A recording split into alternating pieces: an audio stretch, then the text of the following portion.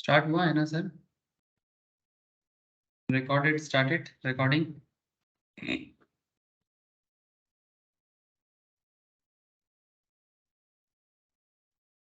Yes sir, message मिला आप लोगों को? Yes sir. ओके सर, ठीक है sir. Again good evening to all of you. तो सर कॉर्पोरेट लॉ लॉ पढ़ना है सर। हाँ, लॉ में हम लोग लास्ट वीक से थोड़ा एडवांस लेवल कंपनी लॉ पढ़ रहे हैं sir. Advance level company law in the sense, advance में हम लोग एक स्पेशल डिस्कशंस कर रहे हैं, that is accounts related company law में क्या बोला है। ठीक है, उससे पहले हम लोगों ने कुछ basic level and important discussions करके रखा था। बट ठीक है, अभी हम लोग डिविडेंड पे चर्चा कर रहे हैं। ठीक है, तो declaration and payment of dividend basically.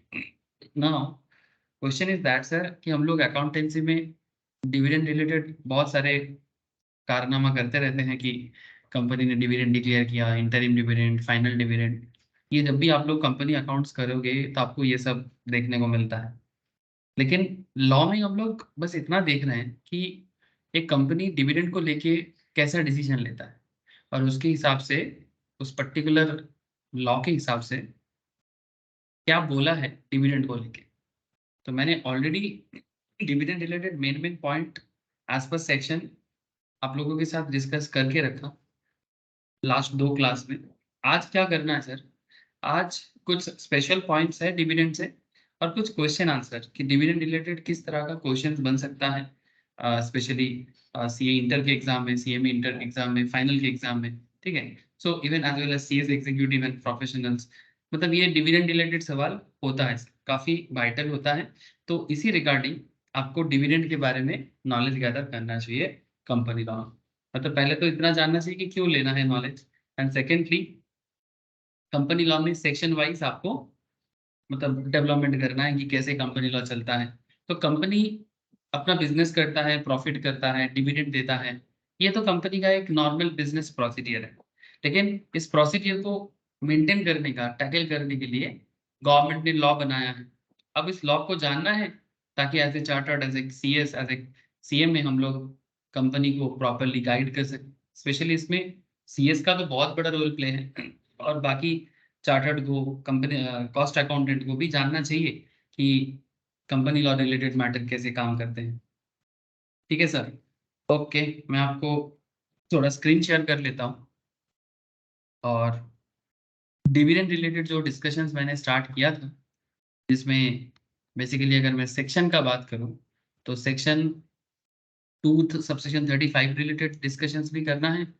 Section 123, section 124 already कुछ डिस्कशंस हो चुका है। मोटा मोटी 123 से लेके 127 का एरिया डिविडेंड कवर करता है सर। ठीक है, डिविडेंड रिलेटेड मैटर कवर कर लेता है। और बेसिक सेक्शन वाइज अगर देखा जाए तो सेक्शन 2 सबसेक्शन 35 रिलेटेड एरिया। अगर किसी ने अभी भी कंपनी लॉ का बेसिक्स नहीं किया, उनको मैं इतना रिकमेंड करूंगा कि आप एक बार जरूर बेसिक्स ऑफ कंपनी लॉ पढ़ के रखो सर। कोई क्वेरीज हो बेसिक से, क्वेश्चन जरूर कर लेना। ठीक है, ठीक है सर, आगे बढ़ो। जो मेन पॉइंट में आज आप बताना चाहते हो, यस, आगे बढ़ना जिंदगी का मकसद होता है, नो डाउट। तो कॉर्पोरेट लॉ, इसके ऊपर बड़े बड़े यूनिवर्सिटीज में अलग अलग कोर्स बनाए रखता है। लेकिन सीए में जितना लेवल में पढ़ाते हैं, इतना लेवल का नॉलेज रखने से कोई भी यूनिवर्सिटी का नैया पार हो जाता है। मतलब इसलिए मैं बोल रहा हूँ क्योंकि बहुत सारे स्टूडेंट ऐसे भी हैं जो एलएलबी एलएलएम के साथ साथ भी इसको करते हैं। ठीक है, तो बस इतना जान लो कि अगर आप सीए का सिलेबस कवर कर रहे हो, सीएमए का सिलेबस कवर कर रहे हो, या सीएस का स्पेशली अगर कवर कर रहे हो, मतलब आप समझो कि किसी भी यूनिवर्सिटी का कॉर्पोरेट लॉ का सिलेबस मतलब ऐसे ही कंप्लीट हो जाएगा। ठीक है, तो एलएलबी एलएलएम में भी आपको सिमिलर काइंड ऑफ बेनिफिट मिल जाएगा, जिनको जो करते हैं। ठीक है, या जो कर रहे हैं, आई नो बहुत सारे हैं जो अलग विद एलएलबी एलएलएम सीएस का पढ़ाई कर रहा है, सीएमए का पढ़ाई कर रहा है, सीए का भी पढ़ाई करते हैं। आजकल मार्केट में डिमांड भी बहुत है। ठीक है, कि लॉ का नॉलेज के साथ साथ आओ, और अलॉन्ग विद फाइनेंस का नॉलेज। ठीक है, कंपनी में अलग अलग रोल होता है, पोस्ट होता है, तो उसमें संभालना पड़ता है, क्योंकि कंपनी के पास लीगल जब भी कुछ प्रॉब्लम होता है उसको लीगल नॉलेज का जरूरत पड़ता है। फाइनेंस तो कंपनी को करना ही पड़ता है इसका। ठीक है, तो 123 के बारे में ऑलरेडी बता दिया, डिक्लेरेशन ऑफ डिविडेंड। आज मैं थोड़ा सा आपको बताऊंगा कि ये अच्छा अनपेड और अनक्लेम डिविडेंड का क्या होता है, ये भी बताया था। लेकिन 125 में section 125 of corporate companies act 2013 में आईईपीएफ के बारे में बोला है। सर आप लोग जानते हो आईईपीएफ का फुल फॉर्म क्या है? मतलब आईईपीएफ क्या होता है मैं बताया था, और उस फंड को कैसे यूज करना चाहिए, और जो भी गलती होता है उसके रिगार्डिंग पनिशमेंट भी होता है 127 में।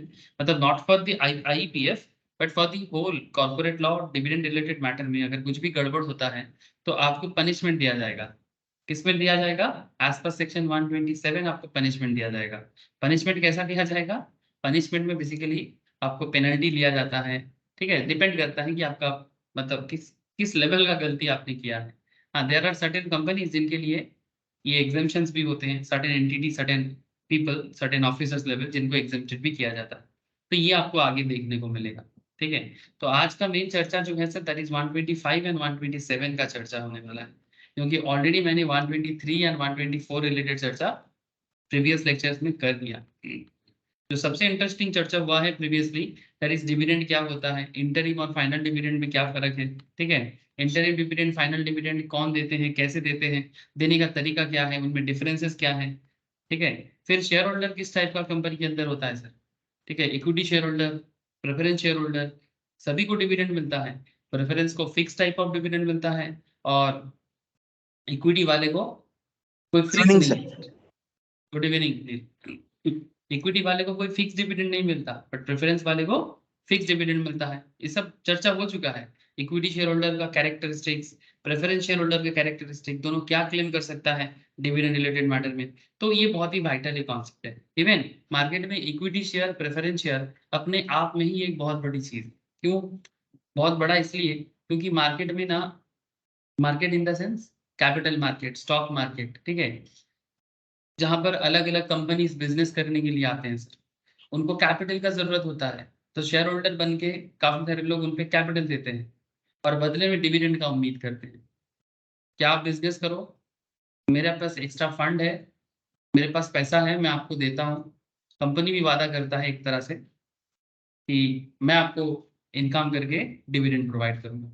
सर अगर नहीं करे तो, अगर डिविडेंड नहीं दिया तो सर ना भी दे सकता है। आपको पता है ये सब बात हो चुका है कि ना भी दे सकता है डिविडेंड, क्योंकि डिविडेंड देना मैंडेटरी नहीं है। क्योंकि डिविडेंड कोई लोन नहीं है, मतलब डिविडेंड कोई इंटरेस्ट नहीं है।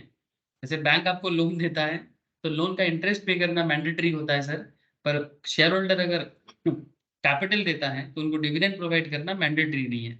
हाँ, अब इसका मतलब ये नहीं कि आप जानबूझ के नहीं करोगे। ठीक है, मतलब अगर आपका बिजनेस में प्रॉफिट नहीं हो रहा है, लॉस में जा रहे हो, तो डिविडेंड देना जरूरी नहीं है। आप उसको स्किप कर सकते हो या फिर बाद में देने का वादा कर सकते हो।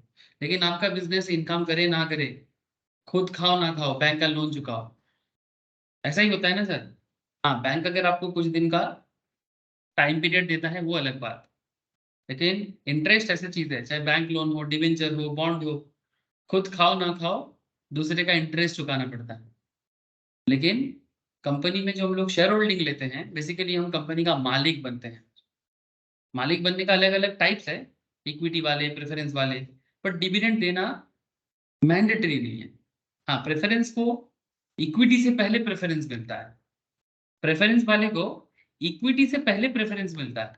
ये बात तो आप लोगों को पता है, प्रेफरेंस वाले को इक्विटी से पहले प्रेफरेंस मिलता है, इसीलिए उनको प्रेफरेंस शेयर होल्डर कहा जाता है। सर ये सब बात तो बोल चुके हो? यस सर, मैं बोल चुका हूँ, इससे पहले 2 क्लासेस में काफी डिटेल्स में बोल चुका हूँ। बट फिर भी क्या है ना, थोड़ा निकल जाता है मुंह से, जब भी कोई भी टॉपिक स्टार्ट होता है थोड़ा पुराना बात मुंह से ऑटोमेटिक रिपीट टेलीकास्ट की तरह हो जाता है। जैसे पुराने जमाने में सीरियल होता था तो लास्ट दिन का एपिसोड को थोड़ा झलक दिखला के फिर न्यू एपिसोड स्टार्ट करता था। आजकल होता है कि नहीं पता सर, आजकल मैं सीरियल वगैरह देखता नहीं हूँ, पता नहीं है इसलिए। लेकिन हाँ, कभी कभी डांस शो वगैरह देखता हूँ। अभी बहुत दिन नहीं देखा, लेकिन उसमें भी देखता हूँ कि अगर कोई न्यू शो होने हो रहा है तो फिर लास्ट दिन क्या हुआ था वो दर्शकों को थोड़ा सा दिखा दिया जाता है कि देखो लास्ट दिन ऐसा हुआ था। ठीक है सर। अच्छा, फ्री रिजर्व के बारे में बहुत चर्चा हुआ था कि डिविडेंड आपको फ्री रिजर्व से देना है।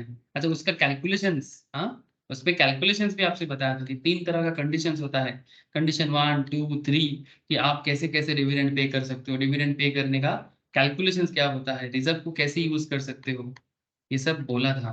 क्या रे विश्वजीत, तनाव हुआ था कि नहीं यस हुआ सर। था? Okay sir. जो भी लोग क्लास किए हो आई होप उन सभी को पता है, जो नहीं क्लास किए उनको बस इतना बोलूंगा कि आप लोग एक बार क्लास देख लिया करो, ठीक है। निधीज वगैरह भी मैं बोला था कि निधि कंपनी जो होते हैं वो भी दे सकता है ना। निधि कंपनी का क्या है, देखो नॉर्मली डिविडेंड क्या है, कैश, चेक, वारंट से भी दे सकते हो। वारंट क्या होता है बोलो तो? कैश चेक तो समझ रहे हो आप, वारंट क्या होता है? इलेक्ट्रॉनिक मोड पे तो आजकल बहुत पॉपुलर है, आजकल तो सबसे पॉपुलर मोड इलेक्ट्रॉनिक मोड ही है सर।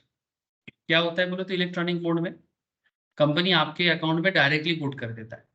आप अगर किसी कंपनी का शेयर होल्ड करते हो, जैसे मैं बहुत सारे कंपनी में थोड़ा बहुत स्टॉक मार्केट सिखाता भी हूँ आप लोगों को, आप लोगों को पता है, बहुत स्टूडेंट पढ़ते भी हैं, और इन्वेस्टमेंट भी करता हूँ, और कभी थोड़ा मौका मिले तो ट्रेड, ऐसे मौका नहीं मिलता मुझे ट्रेड करने का ज़्यादा, क्योंकि ज़्यादातर ट्रेडिंग के टाइम पे क्लास चलता है, बट फिर भी अगर कभी भी थोड़ा सा टाइम मिल जाता है तो मैं ट्रेड लेता हूँ सर, ठीक है। तो जाहिर सी बात है कि मेरे पास कंपनी का डिविडेंड वगैरह आ जाता है। तो जब भी कंपनी डिविडेंड देता है ना, जब भी कंपनी डिविडेंड डिक्लेयर करता है तो मेरे बैंक अकाउंट में डायरेक्टली हिट करता है, ठीक है। ऐसा नॉट जस्ट कि मैं, मेरे साथ ही होता है, आप लोग जैसे, आप लोगों का भी बहुत सारे लोग हैं, आप लोगों में से काफ़ी सारे लोग मार्केट में इन्वेस्ट करते हैं, या फिर मानो कि कंपनी में इन्वेस्ट करते हैं। तो जो लोग स्टॉक मार्केट में इन्वेस्ट करते हैं, कंपनी में शेयर होल्डिंग करते हैं, उनको डायरेक्टली कंपनी का डिविडेंड मिल जाता है। तो ये काफी प्रैक्टिकल बात हो गया कि यस सर हमें पता है ठीक है, यस सर पता होना चाहिए। अगर आप लोग ऑलरेडी 18 प्लस के हो चुके हो तो मार्केट में इन्वेस्ट वगैरह करना चालू कर सकते हो सर, बिल्कुल कर सकते हो। ऐसा नहीं, ग्रीडीनेस नहीं सर, मार्केट में नॉलेज होना चाहिए। मार्केट आज के डेट में कोई, वो पुराने जमाने में जैसे सोच होता था ना कि मार्केट मतलब जुआ है, पैसा डूब जाता है, ये सब नहीं है, ये सब ये सब छोटा मोटा मैटर है इसके सामने, मार्केट का जो एरिया है कवर। मैं इसीलिए बोलता हूँ मार्केट में कुछ नहीं तो कम से कम नॉलेज के लिए आता है, 4,000 5,000 डालो कम से कम। अगर किसी को मतलब पेरेंट्स शायद बोलेगा कि नहीं नहीं स्टॉक मार्केट गंदा चीज है, तुम लोग अभी पढ़ाई करो, ऐसा बोलता है, लेकिन मैं एडुकेशन पर्पस में बोलता हूँ कि प्रैक्टिकल नॉलेज अगर गैदर करना है तो आप मार्केट के बारे में जानकारी लेते हो ना, तो आपको ये सब बात ना, मतलब जब हम लोग यहाँ पर किताबी बात करते हैं, आपको इसके साथ साथ मतलब एक्चुअल नॉलेज भी आ जाता है। और जो लोग थोड़ा बड़े हो चुके हो, अपना फाइनेंशियल लायबिलिटी, अपना फाइनेंशियल डिपेंडेंसी खुद उठाते हो, उनके लिए भी बहुत अच्छा एरिया है सर। ट्रेड करके इन्वेस्टमेंट करके अपना फंड भी बढ़ा सकते हो। तो it's a very unique area today's market. तो वारंट भी मार्केट में चलता है, मतलब कंपनी डिविडेंड देता है कैश में, कंपनी चेक में भी देता है, कंपनी इलेक्ट्रॉनिक मोड में भी देता है, और कंपनी वारंट भी देता है। इसे डिविडेंड वारंट बोलते हैं। क्या बोलते हैं सर? Dividend warrant. क्या होता है? ये एक तरह का एक डॉक्यूमेंट होता है, ठीक है। नॉर्मली प्राइवेट कंपनीज के अंदर ज्यादा चलता है, पहले जमाने में ये वारंट का यूज बहुत होता था। एक ऐसा डॉक्यूमेंट है जिस डॉक्यूमेंट में कंपनी लिख देता है कि दैट पर्टिकुलर पर्सन या दिस पर्टिकुलर पर्सन, इनके नाम पे कंपनी डिविडेंड डिक्लेयर करेगा, ठीक है।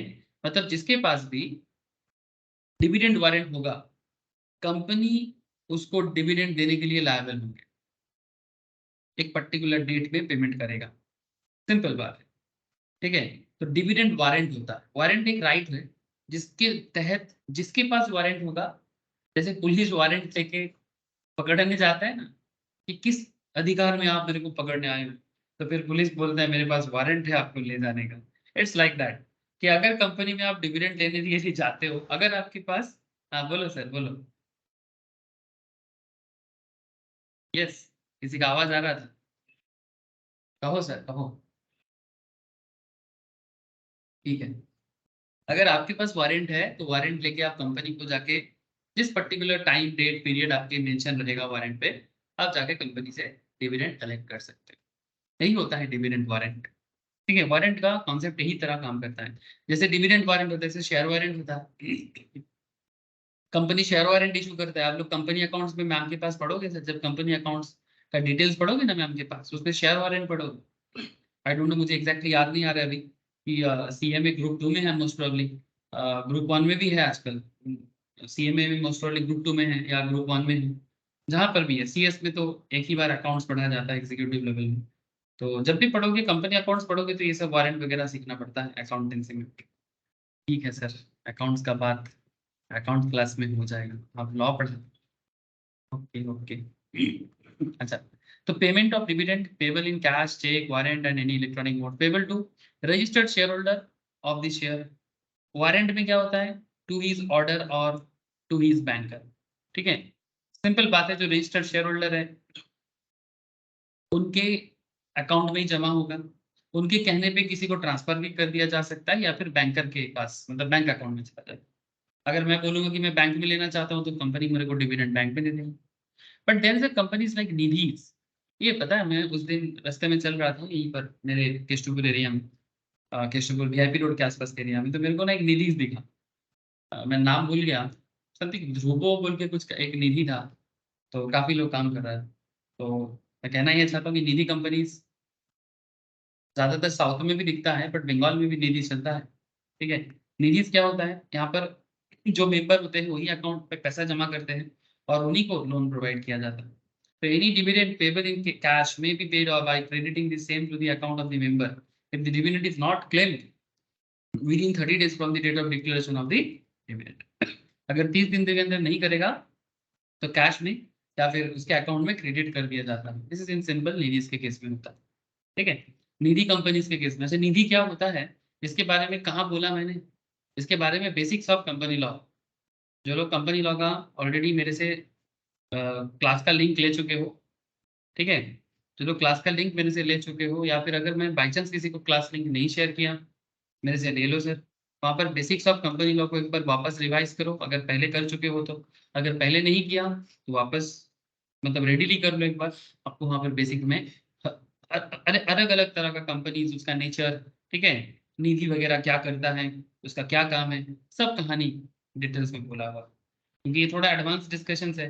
यहाँ पर अगर मैं हर एडवांस लेवल में अगर हर एक बेसिक बात करना चालू कर दूं तो क्लास लंबा हो जाएगा। मैं तो बोल दूंगा, काम ही है बोलने का, लेकिन क्लास लंबा हो जाए। ठीक है सर। सेक्शन 8 के केस में डिविडेंड वो डिक्लेयर नहीं करता है, वो अपनी ही बिजनेस पे लगाते हैं। अनपेड डिविडेंड सेक्शन 124, इसके ऊपर तो लास्ट क्लास में जबरदस्त चर्चा किया था सर, कि जो डिविडेंड अनपेड या अनक्लेम्ड रह जाते हैं, मतलब या तो शेयर होल्डर को डिविडेंड मिला नहीं या तो डिविडेंड क्लेम नहीं हुआ, ठीक है, तो उसका क्या किया जाए, है ना? तो उसका क्या किया जाए, तो इसके बारे में मैं बता दिया था, इसके बारे में पूरा बता दिया था। डिविडेंड कंपनी ने डिक्लेयर किया, कंपनी ने डिविडेंड डिक्लेयर किया, कैसे पता चलता है सर? प्रैक्टिकल बातें हैं सर। कंपनी का जो डिविडेंड डिक्लेरेशन का मैटर है, ये सब प्रैक्टिकल बातें हैं। कहाँ पता चलता है?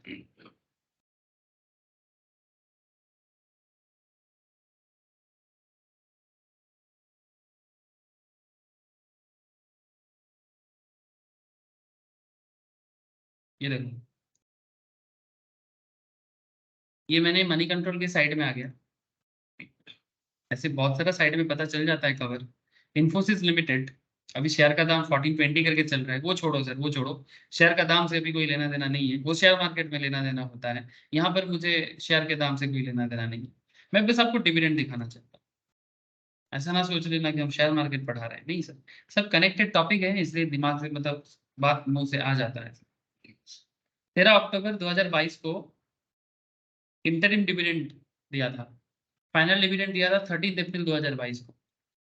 330% डिविडेंड दिया था। 330% मतलब जो भी शेयर का दाम है उसके ऊपर 330।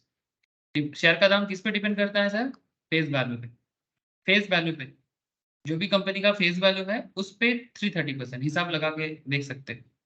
तो डिविडेंड का अमाउंट था 16.50। सर फेस वैल्यू कहाँ पता लगेगा? सर यहाँ पता लगता है फाइनेंशियल्स पे जाने से। ये देखो कंपनी का क्या फेस वैल्यू चल रहा है, कोई बता सकते हो सर? दिखाई दे रहा है सर 5 रुपया। सर 5 रुपया। सर तो 5% का 330% लगाओ ना सर। 5% का 330% लगाओ, कितना होता है?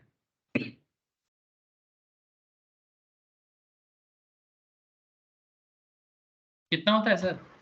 सर 16.5। 16.5। ठीक है सर, ये बाकी सब भी बता दो सर, ये सब शेयर मार्केट है। या फिर फाइनेंशियल मैनेजमेंट है।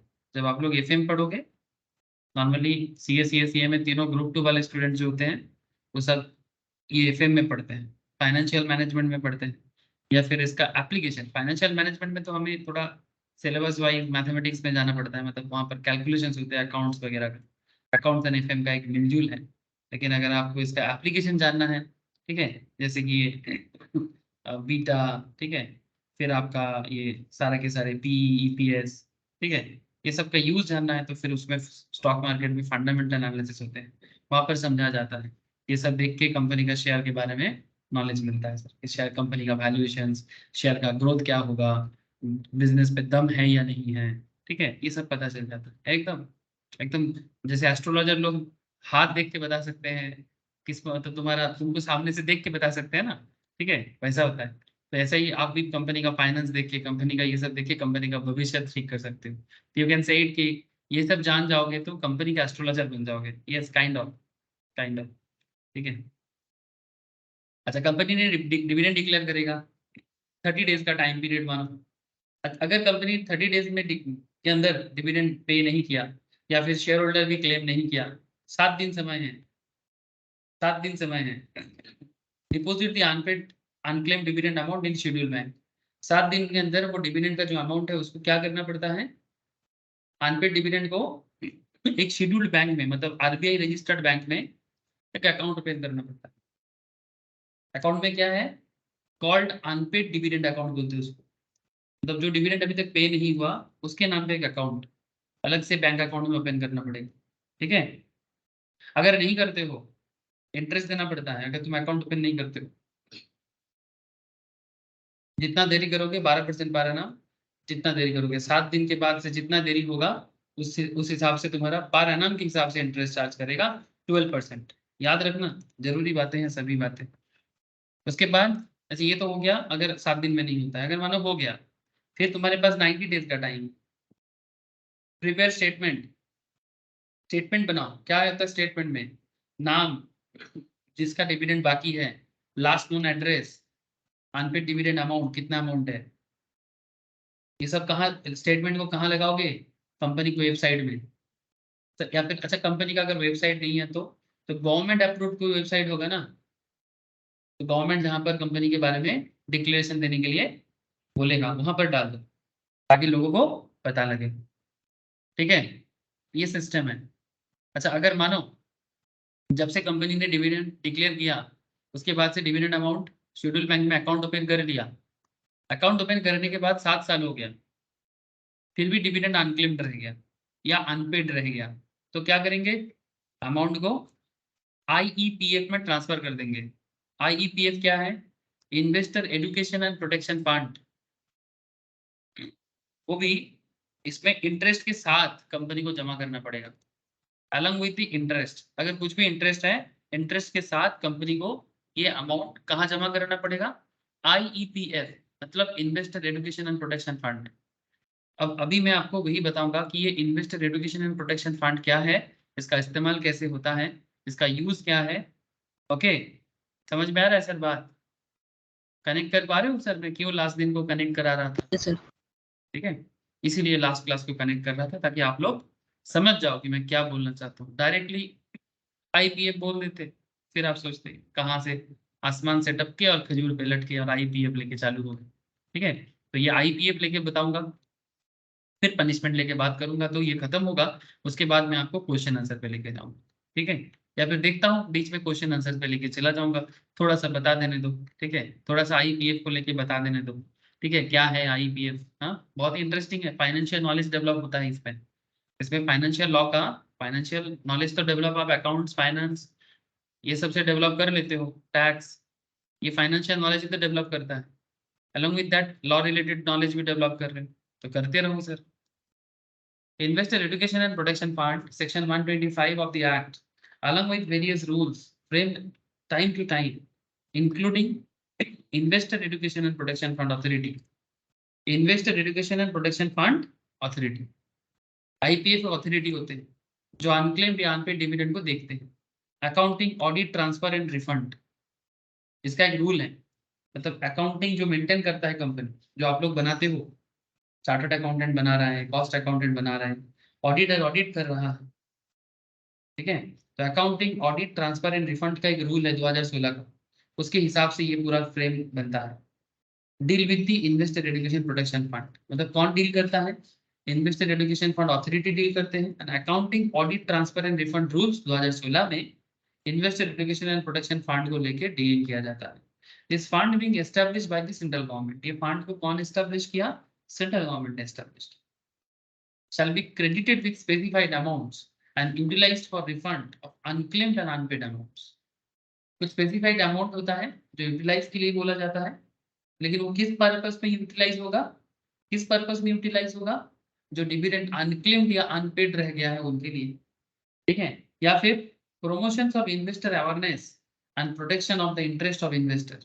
देखो सर, ये जो पूरा इकोनॉमी चलता है ना, ये जो भारत का इकोनॉमी, अगर मैं आपको सिर्फ इंडियन इकोनॉमी में बात करूं, ये जो इतना बड़ा इकोनॉमी चलता है, मतलब बेसिकली एक, मतलब बंगाली में बोलते हैं ना जोग्गो, ठीक है, मतलब महायज्ञ, ठीक है। तो इतना बड़ा जो यज्ञ होता है, इसको चलाने के पीछे इन्वेस्टर का बहुत बड़ा रोल प्ले है सर। किसका बहुत बड़ा रोल प्ले है? इन्वेस्टर का, ठीक है। इन्वेस्टर इतना बड़ा रोल प्ले करता है, मैं आपको क्या बताऊं। अब इन्वेस्टर के बिना, जस्ट इमेजिन करो कि बिना इन्वेस्टर का मार्केट चल पाएगा? बिल्कुल नहीं चल पाएगा सर। बिना इन्वेस्टर का मार्केट कैसे चलेगा? इसीलिए सेबी की तरफ से कुछ फ्री मटेरियल्स भी होते हैं, लोगों को नॉलेज नहीं है। सेबी की तरफ से कुछ रिसोर्स पर्संस भी होते हैं, सेबी रिसोर्स पर्संस, आप जैसे लोग भी होते हैं, रिटायर्ड पर्सन भी होते हैं, जिनको मार्केट का नॉलेज है, जो मार्केट के ऊपर काम करना चाहता है, तो वो सेबी रिसोर्स पर्सन बन के इन्वेस्टर एडुकेशन पे काम करते हैं। ये देखो, ये इन्वेस्टर एडुकेशन का मटेरियल है, आप चाहो तो डाउनलोड कर सकते हो नॉलेज लेने के लिए, ठीक है। ऐसे डिटेल्स नॉलेज आपको सबसे बेहतर मिलेगा अगर आप लोग स्टॉक मार्केट रिलेटेड पढ़ाई करते हो, बट ये भी स्टॉक मार्केट पढ़ाई का ही एक पार्ट है। ये देखो ना, डाउनलोड हो रहा है, booklet on security market understand from investor perspective, दिखाई दे रहा है आप लोगों को? Hello, yes sir. ठीक है। आप चाहो तो इसको सेबी के साइट से डाउनलोड कर सकते हो, यहाँ पर आपको बहुत सारे डिटेल्स और भी मिलेगा, ठीक है। Primary market, secondary market, mutual fund, investment adviser, corporate restructuring, share and debenture holder, सभी सभी चीजों के बारे में आपको डिटेल्स मिलेगा, ठीक है। लेकिन हाँ, अगर आप लोग जैसे अच्छा, और एक चीज देखो सर, यहाँ पर हर एक लैंग्वेज में इसको अवेलेबल किया है। हिंदी, असमीज, बंगाली, गुजराती, कन्नड़ा, मलयालम, मणिपुरी, मराठी, उड़िया, पंजाबी, तमिल, तेलुगु, मतलब इंडिया में बोले जाने वाले जो भी प्राइम लैंग्वेज है, हर एक लैंग्वेज में सेबी ने अपना बुकलेट निकाला है। कितना अच्छा बात है सर, होना चाहिए, क्योंकि इन्वेस्टर किसी भी भाषा का हो सकता है, जरूरी थोड़ी है कि जो भी इन्वेस्टर होगा उसको ब्रिटिश जैसे इंग्लिश जानना पड़ेगा। हाँ, ऐसा तो नहीं है ना। तो वो किसी भी भाषा का हो सकता है, तो उसको अपने अपने लैंग्वेज में भी वो पढ़े कि क्या होता है नहीं होता है, ठीक है। ये देखो, इसको बनाने के पीछे बीएसई है, एनएसई है, ठीक है, नेशनल स्टॉक एक्सचेंज है, बॉम्बे स्टॉक एक्सचेंज है, मेट्रोपॉलिटन स्टॉक एक्सचेंज है, एनएसडीएल, सीडीएसएल है। ये लोग कौन है? ये डिपोजिटरीज होते हैं। इसके बारे में भी मैं कंपनी लॉ में बोला, आगे भी बोलूंगा सर, ठीक है। कोई अभी पढ़ेगा तो कोई फाइनल में पढ़ेगा, पढ़ना सब पढ़ेगा सर। कोई ऐसा चीज नहीं है यहाँ पर जो आपको पढ़ना नहीं है सीएस वाले को, सब पढ़ना है। सीएस सीएमओ को सब जानना है, बिना जाने कुछ नहीं कर पाओगे आप। कोई छूट नहीं है, कोई छूट नहीं है, पढ़ना तो पड़ेगा। देखो, ये लोग मिलके ज्वाइंटली इसको प्रिपेयर किया है, ठीक है। अब आगे आप यहाँ पर बेसिक प्रोफार्मा देख सकते हो कि क्या है नहीं है, ठीक है। काफी सुंदर से बनाया, मुझे भी अच्छा लग रहा है पढ़ने में, ठीक है। बट आप लोगों के लिए तो मैं रिकमेंड ये करूंगा कि अगर आप लोगों को नॉलेज लेना है, सिर्फ नॉलेज क्यों लेना, आप नॉलेज लो और साथ में एग्जाम देके अपना लाइसेंस होल्डिंग बढ़ा दो, ठीक है, जो सेबी का ही है। ये स्टूडेंट को मैं रिकमेंड करता हूँ, और ये रिकमेंड मैं हमेशा करूंगा। आजकल मार्केट में काफी रोल प्ले भी है इनका, ठीक है, बहुत बड़ा रोल प्ले है, मैंडेटरी हो गया मार्केट रिलेटेड काम में। चार्टर्ड अकाउंटेंट बन के भी करना पड़ता है, सीएमए बन के भी करना पड़ता है, सीएस बन के भी करना पड़ता है। और एनआई से इंडिया के बड़े बड़े फाइनेंशियल इंस्टीट्यूट के साथ मिलके भी काम कर रहे हैं, national institute of security market, इनका लाइसेंसिंग सर्टिफिकेशंस होते हैं। अगर जिंदगी में कुछ अच्छा करना है, ये सब सर्टिफिकेशन रख लो सर। कब क्या काम आएगा ही आएगा। आप सोच भी नहीं सकते कि आप जब जॉब के लिए जाओगे, इंटरव्यू के लिए जाओगे, आपको मतलब ये नॉलेज आपको हेल्प करेगा। और ये जो आपके अंदर जो ये नॉलेज का बुक है, ठीक है, एज चार्टर्ड, देखो as a chartered obviously NISM जरूरत नहीं है, बट हाँ, जब भी आप मार्केट रिलेटेड काम करोगे ना, चार्टर्ड भी तो करते हैं, सीएमए भी करते हैं, सीएस भी करते हैं, तो आपको वो लोग खुद बोलेगा कि सर थोड़ा एनआईएसएम करना पड़ेगा मैंडेटरी है। ऐसे आप लोग सारा चीज में नॉलेज गैदर कर लोगे, बट लेकिन फिर भी मार्केट रिलेटेड नॉलेज के लिए आपको यहाँ पर 32 टाइप ऑफ सर्टिफिकेशन होते हैं। नॉर्मली 3-4 टाइप ऑफ सर्टिफिकेशन आप करके रख सकते हो, ठीक है, काफी अच्छे होते हैं और काम भी आते हैं। मतलब बाकी लोग नॉर्मल एजुकेशन ले, आप लोग थोड़ा सा मतलब जो मार्केट रिलेटेड हो, जो आपको जॉब में भी हेल्प करे, ठीक है, क्योंकि कंपनी में आजकल डिफरेंट रोल होता है, तो हर रोल के लिए रेडी रहना चाहिए। ठीक है सर, अभी समझ में नहीं आ रहा है, कोई बात नहीं, जब समझ में आएगा तब कर लेना। सर टफ होता है क्या? नहीं सर, टफ नहीं होता, मॉडरेट एग्जाम लेवल है, एमसीक्यू टाइप से पास फेल संगे संग पता चल जाता है। कुछ कुछ एग्जाम है जिसमें नेगेटिव होते हैं, कुछ कुछ एग्जाम है जिसमें नेगेटिव नहीं रहता, ठीक है। और काफी लोग जिनके लिए तो मैंडेटरी होते हैं, ज्यादातर लोग मैंडेटरी काम के लिए करते हैं। मैं तो स्टूडेंट को नॉलेज के लिए बोलता हूँ, तो स्पेशली जो लोग स्पेसिफिकली सीए में कर रहे हैं। और काफी सारे लोग तो सिर्फ एनआईएसएम करके ही मार्केट में जॉब में जा रहे हैं, हर महीने कोई ना कोई जाता है सर, 2 जन 3 जन करके तो मैं एवरी मंथ भेजता हूँ। सर ठीक है, समझ गए, लेकिन आपको मैं क्यों बोल रहा हूँ ये सब बातें? ये सब बात मैं इसलिए बोल रहा हूँ क्योंकि आईपीएफ क्या करता है, investor awareness and protection of the interest of the investor पे काम करता है। इसी मुद्दे पे मैंने ये सब बात आपको थोड़ा, अगर किसी को एनआईसीएम रिलेटेड मैटर में और जानकारी चाहिए तो फिर कभी पूछ लेना सर, मैं बता दूंगा। The relevant provisions are discussed below, ध्यान से सुनना। Credit of specified amounts to the fund, following specified amount shall be credited to the fund. जैसे amount given by the central government, जो अमाउंट सेंट्रल गवर्नमेंट आईपीएफ में डालेगा उसे वहां पर देखना, मतलब वो रहता है वहां पर। The amount given by the central government by way of grant, sorry sorry,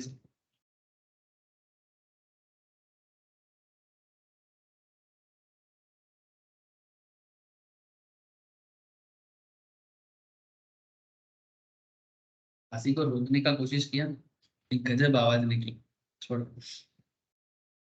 Amount given by central government, the amount given by the central government by way of grants after due appropriation made by parliament।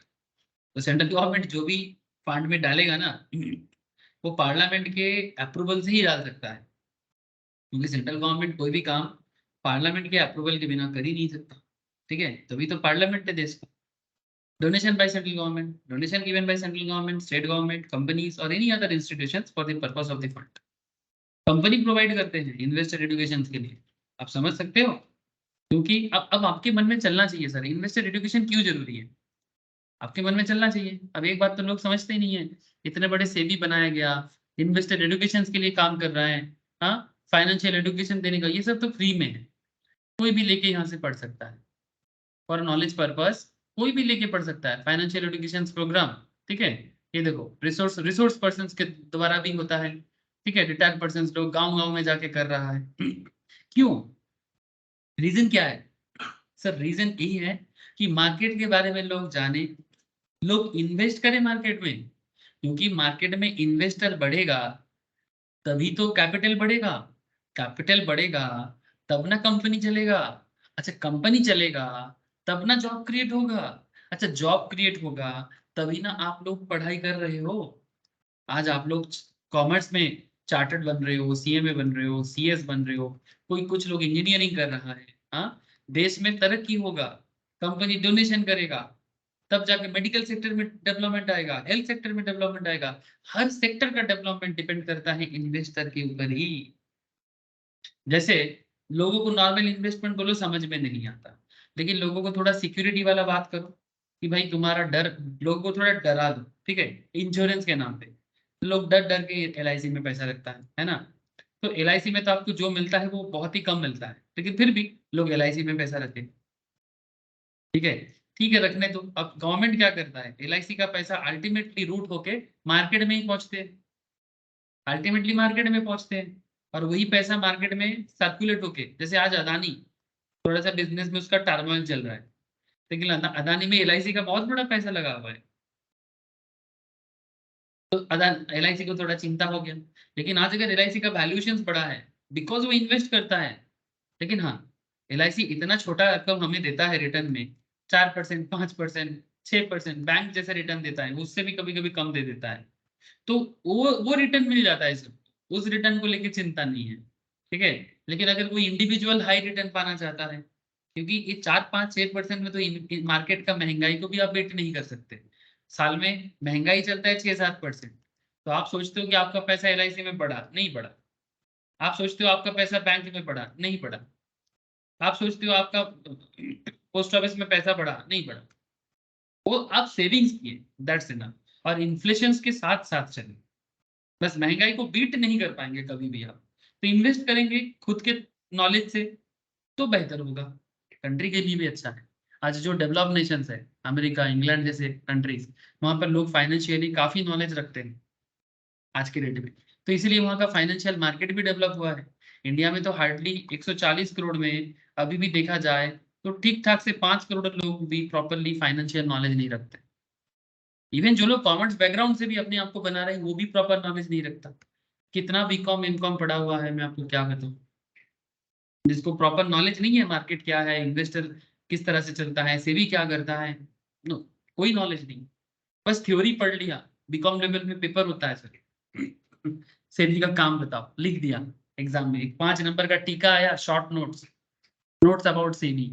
BCom में कोई भी एक semester में पूछ लेता है बस यही नॉलेज है सर, सेबी का शॉर्ट नोट्स, ठीक है और सेबी हम लोगों को संभालने के लिए क्या क्या नहीं करता। सर आप लोगों को बात समझ में आ रहा है ना, हाँ, कि किस लेवल का हम लोग अपना डब्बा एजुकेशन बना के रखे हैं। चलो कोई बात नहीं सर, आप अकेला बदल दोगे क्या? नहीं सर, अकेला तो कुछ नहीं हो सकता, बट सब कोई अपना अपना काम करे तो बहुत कुछ बदल सकता है। देखो, तो donation by central government, amount lying in the unpaid dividend account, जो भी पैसा यूडीए में पड़ा रहेगा, the amount lying in the unpaid dividend account of companies which is transferred by them to the fund under section 124 subsection 5, amount in the general reserve account of the central government, the amount in the general reserve account of the central government which had been transferred to that account under section 205A subsection 5 of the Companies Act 1956, ये पुराना act है, as it stood immediately before the commencement of the Companies Act 1999, sorry, commencement of Companies Act amendment आया था एक 1999 में, and remaining unpaid or unclaimed on the commencement of Act 2013।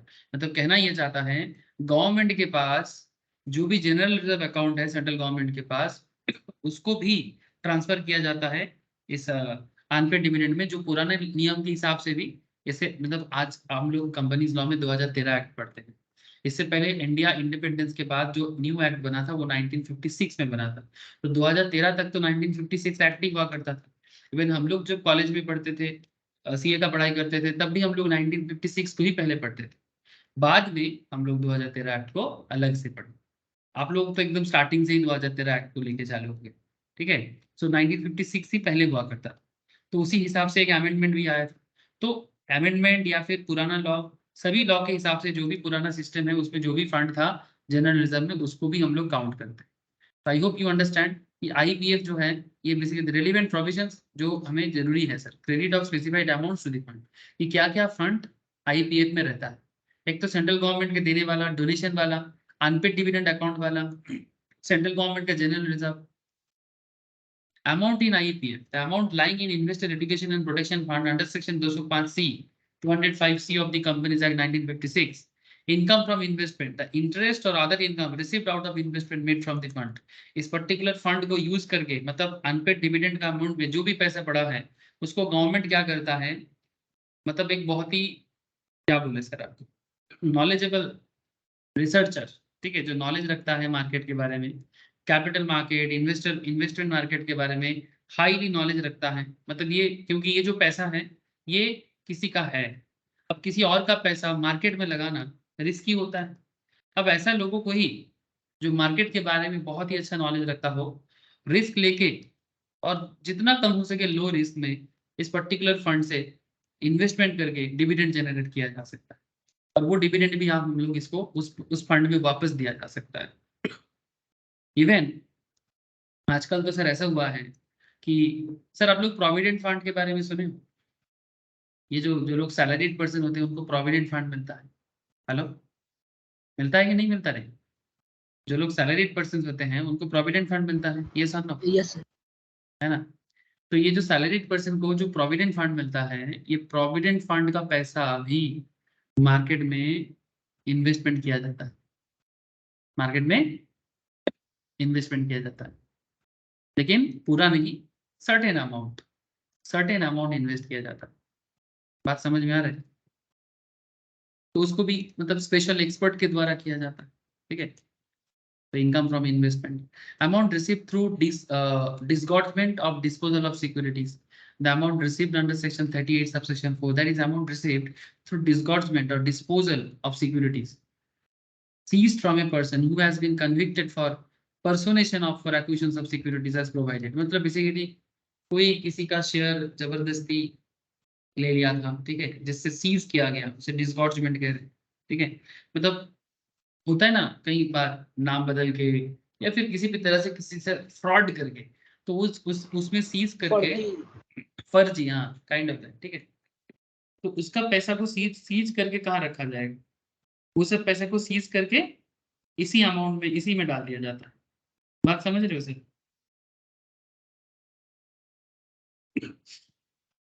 Hello, आप लोगों को बात समझ में आ रहा है?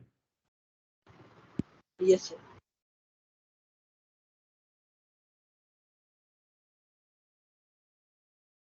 Application money.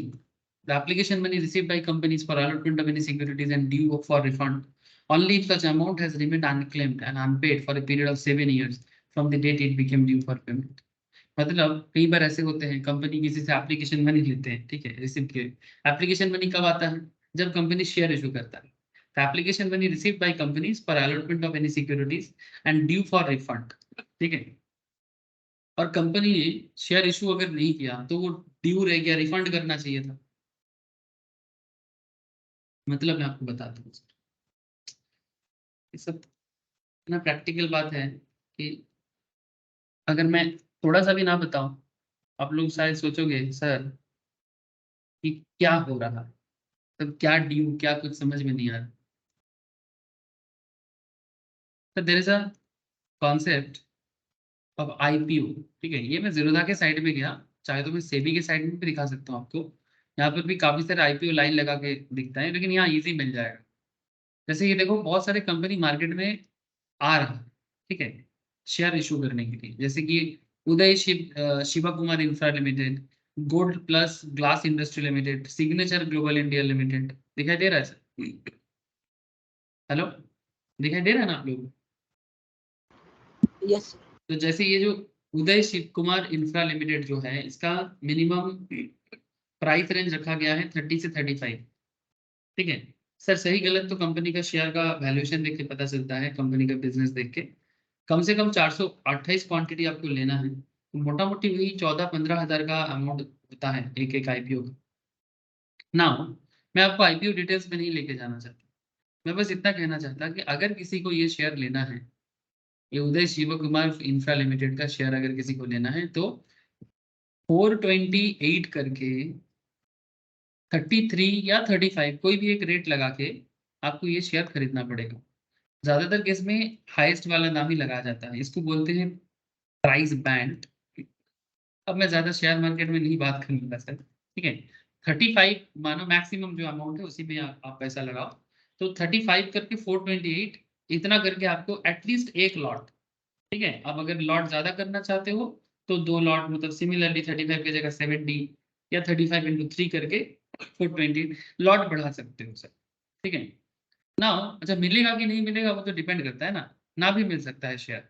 अगर बहुत हाई डिमांडिंग है, ओवर ओवर सब्सक्रिप्शन हो चुका है, तो फिर आपका शेयर का वैल्यूएशन क्या हो जाएगा? अगर आप अप्लाई किए थे, मानो आपने अप्लाई कर दिया, तो अप्लाई करने के लिए आपको एप्लीकेशन जमा करना पड़ेगा। तो एप्लीकेशन जमा करने का तरीका क्या है आज के डेट में?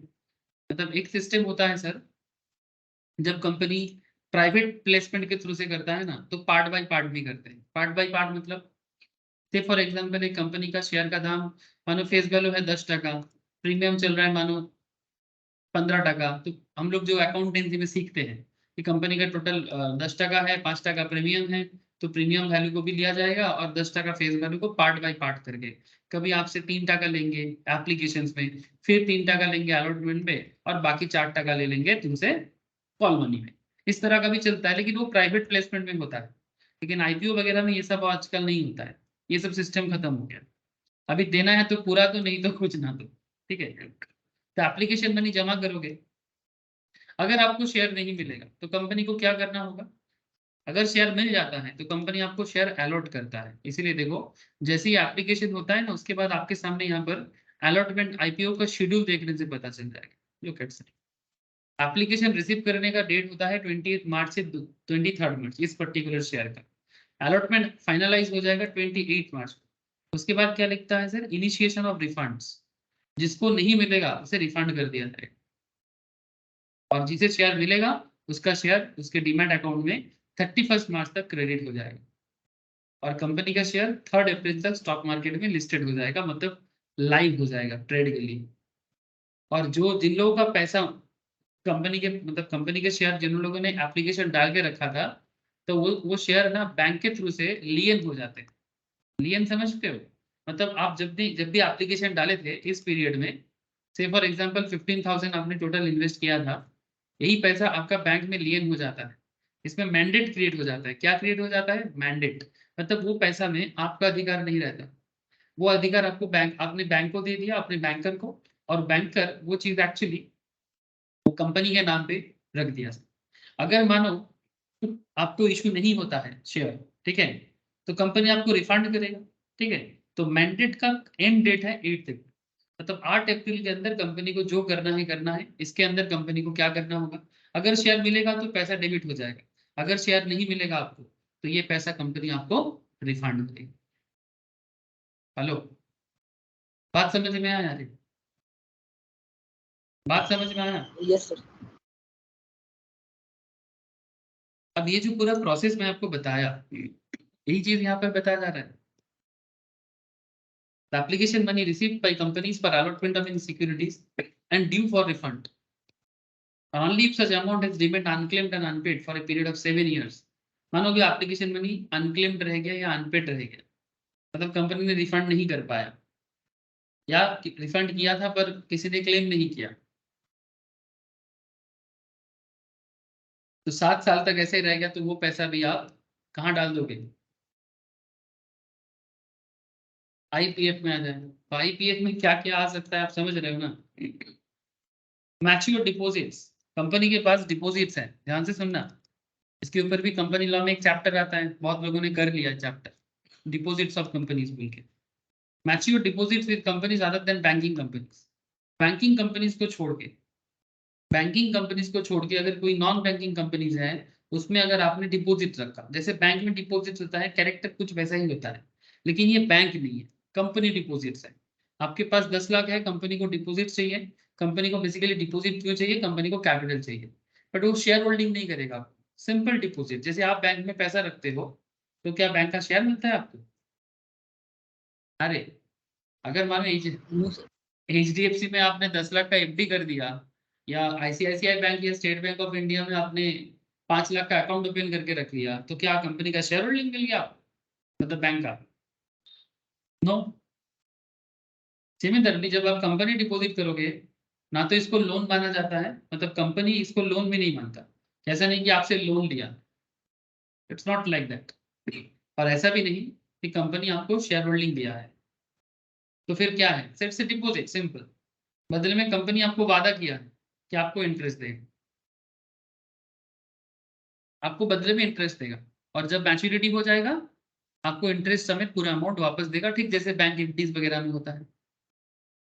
और mature deposit with companies other than banking companies only if such amount has remained unclaimed and unpaid for a period of 7 years from the date it become due for payment. तो ये पैसा भी IPF में आ जाता है, अगर ये पैसा कोई डिमांड नहीं करता है, अनक्लेम्ड रह जाता है ड्यू टू एनी रीजन, कितना सारा रीजन होता है, इतना बड़ा देश है, इतना सारा लोग हैं, कुछ तो हो ही सकता है, और होता भी है, तभी तो कंपनी आपको ये सब पढ़ा रहा है लॉ में। सनोन, सलिनी, बोलो सर। नीम, बात समझ में आ रहा है आप लोगों को? Yes, sir. Yes, sir. Yes sir. Interest का क्या होता है sir? Interest accrued on the amount referred to in clause H to J. ठीक है, मतलब इतना देर से जो भी क्लॉज मिला उसमें किसी भी पॉइंट में अगर कोई इंटरेस्ट मिलता है वो भी आईपीएफ में आ जाता है, इन्वेस्टर एजुकेशन प्रोटेक्शन फंड में। Amount receive from sale proceeds, amount receive from sale proceeds of fractional shares arising out of issuance of bonus shares, merger, amalgamations for 7 or more years। कुछ भी share cell करके अगर कोई bonus share issue करने के time पे कुछ special मिला है, कुछ भी पैसा। Redemption amount of preference shares remaining unpaid, company preference share issue किया था, उसको रिडीम करना था, वो भी अनक्लेम्ड रह गया 7 साल के लिए, वो भी आ जाएगा। मतलब आईपीएफ में ये सारा पैसा आ जाता है।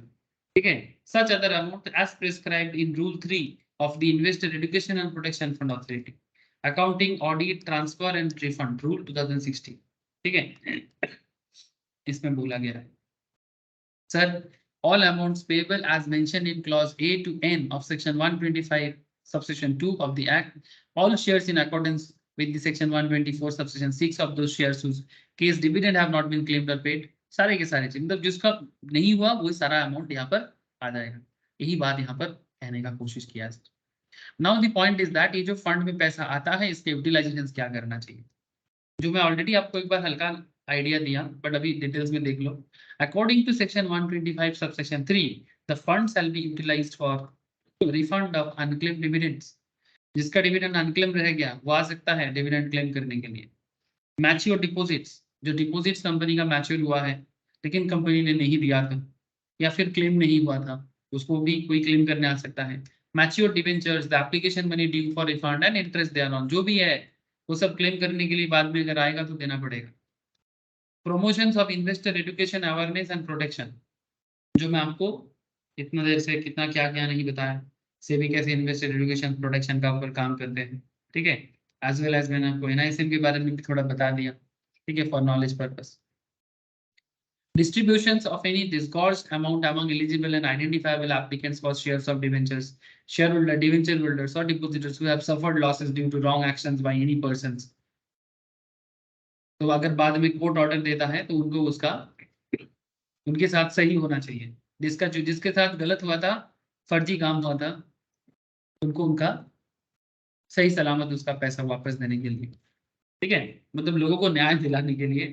Reimbursement of legal expenses incurred in pursuing class action suits under section 37 and 245 by member, debenture holder or depositor as may be sanctioned by the tribunal।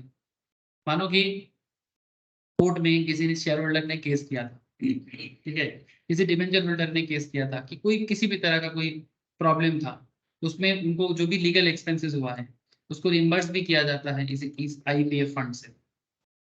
Any other purpose incidentally thereto in accordance with the rules framed under the Investor Education and Protection Fund Authority rule 2016, accounting, audit, transfer and refund rule के हिसाब से भी जो भी rule है, जो भी rule आएगा या आ गया है, ठीक है, ये सभी पर्पस में ये फंड का पैसा खर्च किया जाए। ठीक है, refund of amount, a person amounts referred in clause A to D, इतना देर से पढ़ के आ रहे हैं, of subsection 2 of 205C were transferred to IPF after the expiry of 7 years as per provision of the Companies Act 1956, shall be entitled to get refund out of the fund in respect of such claims in accordance with the rules made in the sections। मतलब अगर किसी का कुछ भी refund amount है उसको भी IPF से दिया जाता है। Application to the authority for payment, application to the authority for payment according to section 125 subsection 4, any person claiming to be entitled to the amount referred in section 125 subsection 2 may apply to the authority constituted under these sections for the payment of money claimed। Other और क्या क्या provisions है जो IPF को control करता है, simple कुछ points है, एक बार आपको बस बता दे रहे हैं, फिर क्वेश्चन आंसर पे डील करेंगे तो आपको थोड़ा अच्छा लगेगा। इन टर्म्स ऑफ नोटिफिकेशन, 13 जनवरी 2016 में एक नोटिफिकेशन आया मिनिस्ट्री ऑफ कॉर्पोरेट अफेयर्स, जो पूरा सारा मैटर को देखता है। ठीक है, उस नोटिफिकेशंस में इस फंड को एडमिनिस्ट्रेशन करने के बारे में रूल रेगुलेशंस दिया गया। क्या बोला कि with this notification an authority is being constituted for the administration and maintenance of accounts as well as relevant records of the fund. Further, with the notification of IPF authority, appointment of chairpersons and members, holding of meetings and provisions for officers and officers, Rules 2016. On 13th of January 2016, the Secretary, Ministry of Corporate Affairs, shall be the ex officio chairperson of the authority. In addition, there shall be 6 members, maximum limit 7. मतलब ये जो authority बनेगा उसमें 6 member रहेगा, maximum 7 limit है, and chief executive officer रहेगा, who shall be the convener of the authority. उस authority का कन्वीनर कौन बनेगा? Chief executive officer. इस तरह से एक अथॉरिटी को एडमिनिस्ट्रेशन के लिए बनाया जाएगा, तो इस पूरा फंड का अकाउंट्स एंड ऑडिटिंग सारा कॉन्सेप्ट को मैनेज करने का काम करेगा। The provisions required resources by central government for administration of the fund. The central government may provide the authority of such officers or officers, employees and other resources in accordance with the IPF authority. Member holding of meeting and provision of offices and rules as well. मतलब जो भी provision जरूरी है वो सारा required resources central government की तरफ से उस फंड का एडमिनिस्ट्रेशन करने के लिए सेंट्रल गवर्नमेंट करेगी। Authority to work in consultation with the CAG of India. Now we CAG, Comptroller and Auditor General of India. जैसे आप लोग जो चार्टर्ड अकाउंटेंट हो वो लोग ऑडिट करते हैं उनसे, है ना? आप लोगों में से जो लोग सीएम में बनोगे वो कॉस्ट ऑडिट करेगा, जो कंपनी सेक्रेटरी भी कर रहा है वो सेक्रेटरियल ऑडिट कर सकता है। लेकिन सबसे पॉपुलर जो ऑडिट है या सबसे जरूरी ऑडिट जो फाइनेंस ऑडिट होता है, जिसका जिम्मा चार्टर्ड अकाउंटेंट के पास है। तो फिर ये ऑडिटर और ये सीएजी वाले ऑडिटर में क्या फर्क है? सर सीएजी गवर्नमेंट कंपनी का ऑडिट करता है और CA private. Thank you sir. Government company का ऑडिट सीएजी करेगा, कैग बोलते हैं, गवर्नमेंट ऑडिटर। ठीक है, गवर्नमेंट का जो ऑडिटर है, अच्छा सर यही लोग जाके बाद में सीए का मतलब सीएजी का एग्जाम होता है यूपीएससी लेवल का, ठीक है, उसको एग्जाम को क्रैक करके आप बन सकते हो। Indian audit and accounts exam होता है, इंडियन ऑडिट एंड अकाउंट्स। आप लोगों के लिए भी काफी अच्छा अपॉर्चुनिटी होता है गवर्नमेंट एग्जाम के लिए, स्पेशली जो लोग सीए सीएम में कंप्लीट कर लेता है उनके बाद, क्योंकि इनका जो एग्जाम का पैटर्न होता है प्राइमरी लेवल सभी यूपीएससी का सेम है, लेकिन जो फाइनल स्टेज का एग्जाम होता है ना उसमें ये सब ट्रेनिंग ही दिया जाएगा जो एक चार्टर्ड अकाउंटेंट, एक कॉस्ट अकाउंटेंट पढ़ते हैं सर, एक कंपनी सेक्रेटरी जितना नॉलेज रखते हैं लॉ में वो सारा नॉलेज इनको मिलता है। तो यही है, तो authority to work in consultation with CAG of India. The authority shall administer the fund and maintain separate accounts and other relevant records in relation to the fund in such form as may be required by the consultation with the Comptroller and Auditor General of India. Comptroller and Auditor General, ठीक है, CAG बोलते हैं, CAG बोलते हैं sir, ठीक है, क्योंकि ये सब लोगों का पैसा है सर, पैसा को मिसयूज नहीं करना चाहिए। Spending of money, the authority shall be competent to spend money out of the fund for carrying out the object specified in section 125 subsection 3 for the purpose for which the fund shall be utilized. जिस purpose में fund को बनाया गया सिर्फ उसी purpose में इस fund को यूटिलाइज किया जाए जो लॉ में लिखा है एज पर सेक्शन 125 सबसेक्शन 3। यही इसी को देखने का काम वो अथॉरिटी करेगा। कौन सा अथॉरिटी? आईपीएफ अथॉरिटी थे बाबा। और कौन सा अथॉरिटी? फंड को ऑडिट करना है, कौन करेगा? कैग करेगा। The accounts of the fund shall be audited by the Comptroller and Auditor General of India, ना कि सीए।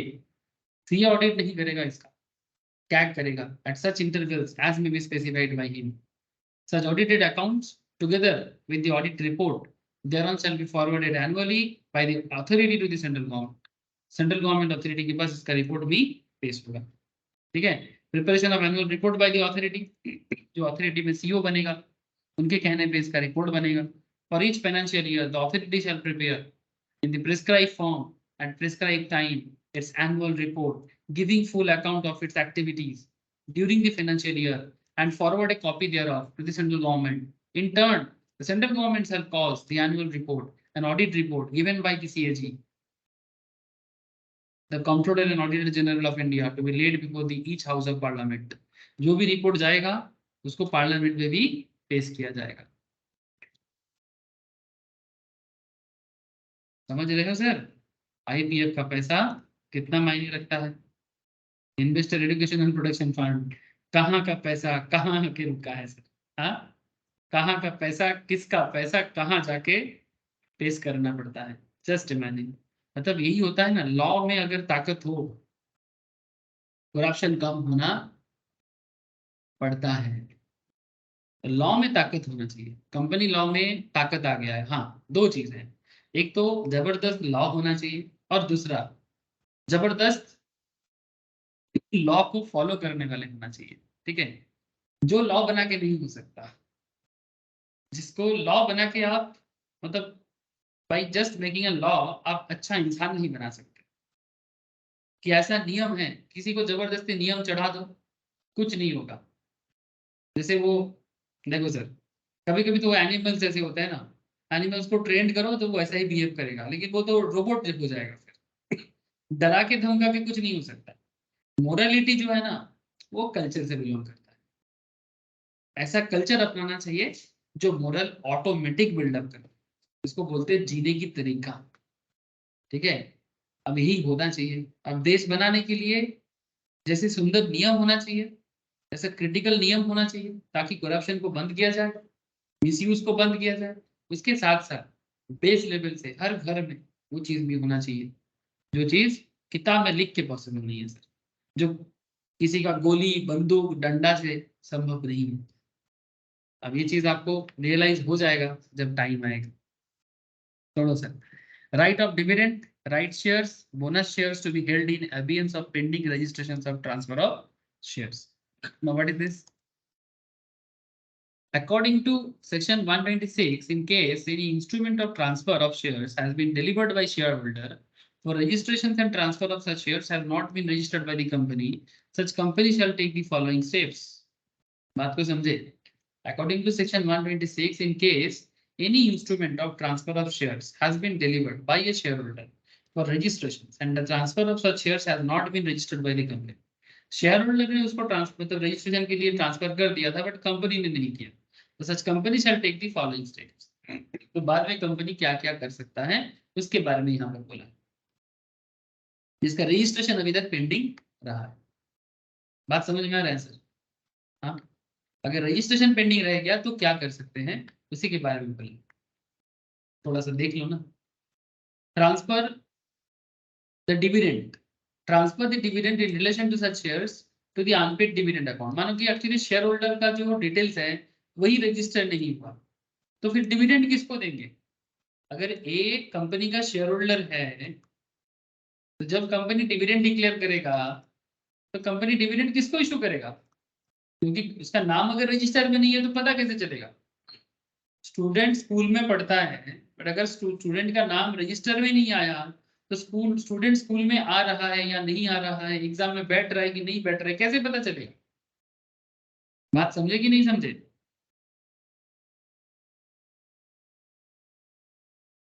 अरे ব্যাপারটা বোঝা যাচ্ছে কি যাচ্ছে না?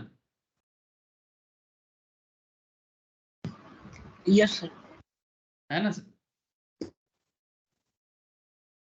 इसीलिए बोला transfer of dividend in relation to such shares of the unpaid dividend account unless it is authorised by the registered holder of such shares in writing to pay such dividend to the transferee specified in the instrument of the transfer. अगर कुछ details में नहीं है तो फिर transfer the dividend in relation to such shares to the unpaid dividend account unless it is authorized, जब तक ये ऑथराइज नहीं हो जाता by the registered holder of such share in writing to pay such dividend to the transferee specified in the instrument of the transfer. Transfer का जो instrument है, जो डॉक्यूमेंट है, वो जब तक ये क्लियर नहीं करेगा तब तक ट्रांसफर नहीं होगा, और जब तक ट्रांसफर नहीं होगा वो पैसा कहाँ रहेगा? अनपेड डिविडेंड अकाउंट में रहेगा। ठीक है, ऐसा जब कंपनी बोनस शेयर इशू करेगा तब भी ऐसा हो सकता है। कंपनी ने बोनस शेयर मिला, अब कंपनी को ये रजिस्टर करना पड़ता है। ठीक है, नॉर्मली शेयर मार्केट में आजकल ये सब चीजें बहुत सिंपल हो चुका है, लेकिन प्राइवेट कंपनी के बीच में भी तो होता है, या जो कंपनी स्टॉक मार्केट में रजिस्टर्ड नहीं है उनके केस में भी होता है। ऐसा कंपनी का संख्या बहुत है जो अनलिस्टेड कंपनीज है, ठीक है, जो प्राइवेटली ऑपरेट करते हैं, ऐसा संख्या बहुत है। स्टॉक मार्केट में कितना ही कंपनी रजिस्टर्ड है, तो उनके केस में ये सारा चीजें फॉलो करना पड़ता है। ठीक है, keep in abeyance in relation to such shares any offer or rights shared under section 62 subsection 1 and issue of fully paid bonus shares in pursuance of first provision। मतलब किसी भी तरह से शेयर इशू, चाहे राइट शेयर हो चाहे bonus share. Right share मतलब right share और बोनस शेयर बस ऐसा कितना कॉन्सेप्ट होता है। बोनस शेयर में कंपनी, मैं लास्ट दिन बता रहा था इसको, है ना, कि राइट इशू या bonus issue. Right issue basically तब होता है जब कंपनी अपने ई शेयर अपनी कंपनी में एम्प्लॉय को देता है, ठीक है, ईसॉप के थ्रू से राइट इशू करता है, ठीक है। Right issue it's another way of share holding, ठीक है, another way of capital raise करने का तरीका, ठीक है। बोनस इशू में क्या है, ये कंपनी अपने शेयर होल्डर को थोड़ा बूस्ट करने के लिए 1:1 2:1 रेशियो में बोनस इशू कर देते हैं। एक शेयर के बदले एक शेयर, 2 शेयर के बदले एक शेयर, 10 के बदले एक शेयर, मतलब जो भी हो आपके नाम पे एक्स्ट्रा शेयर इशू आ रहा है, ठीक है। अब शेयर इशू होगा तो कंपनी के पास शेयर होल्डिंग बढ़ेगा, तो उसका डिटेल्स कंपनी के पास पहुंचना चाहिए। अगर किसी भी कारण से कंपनी के रजिस्टर में प्रॉपर शेयर होल्डिंग डिटेल्स ना हो तो तब तक कंपनी का जो भी डिविडेंड अमाउंट है वहां पे डिविडेंड अकाउंट में जाना चाहिए, जब तक वो क्लैरिटी ना मिले। तो यही बात कहा है सर, और तो कुछ बोला नहीं। Punishment for failure to distribute dividend within 30 days। Punishment for failure to distribute dividend within 30 days।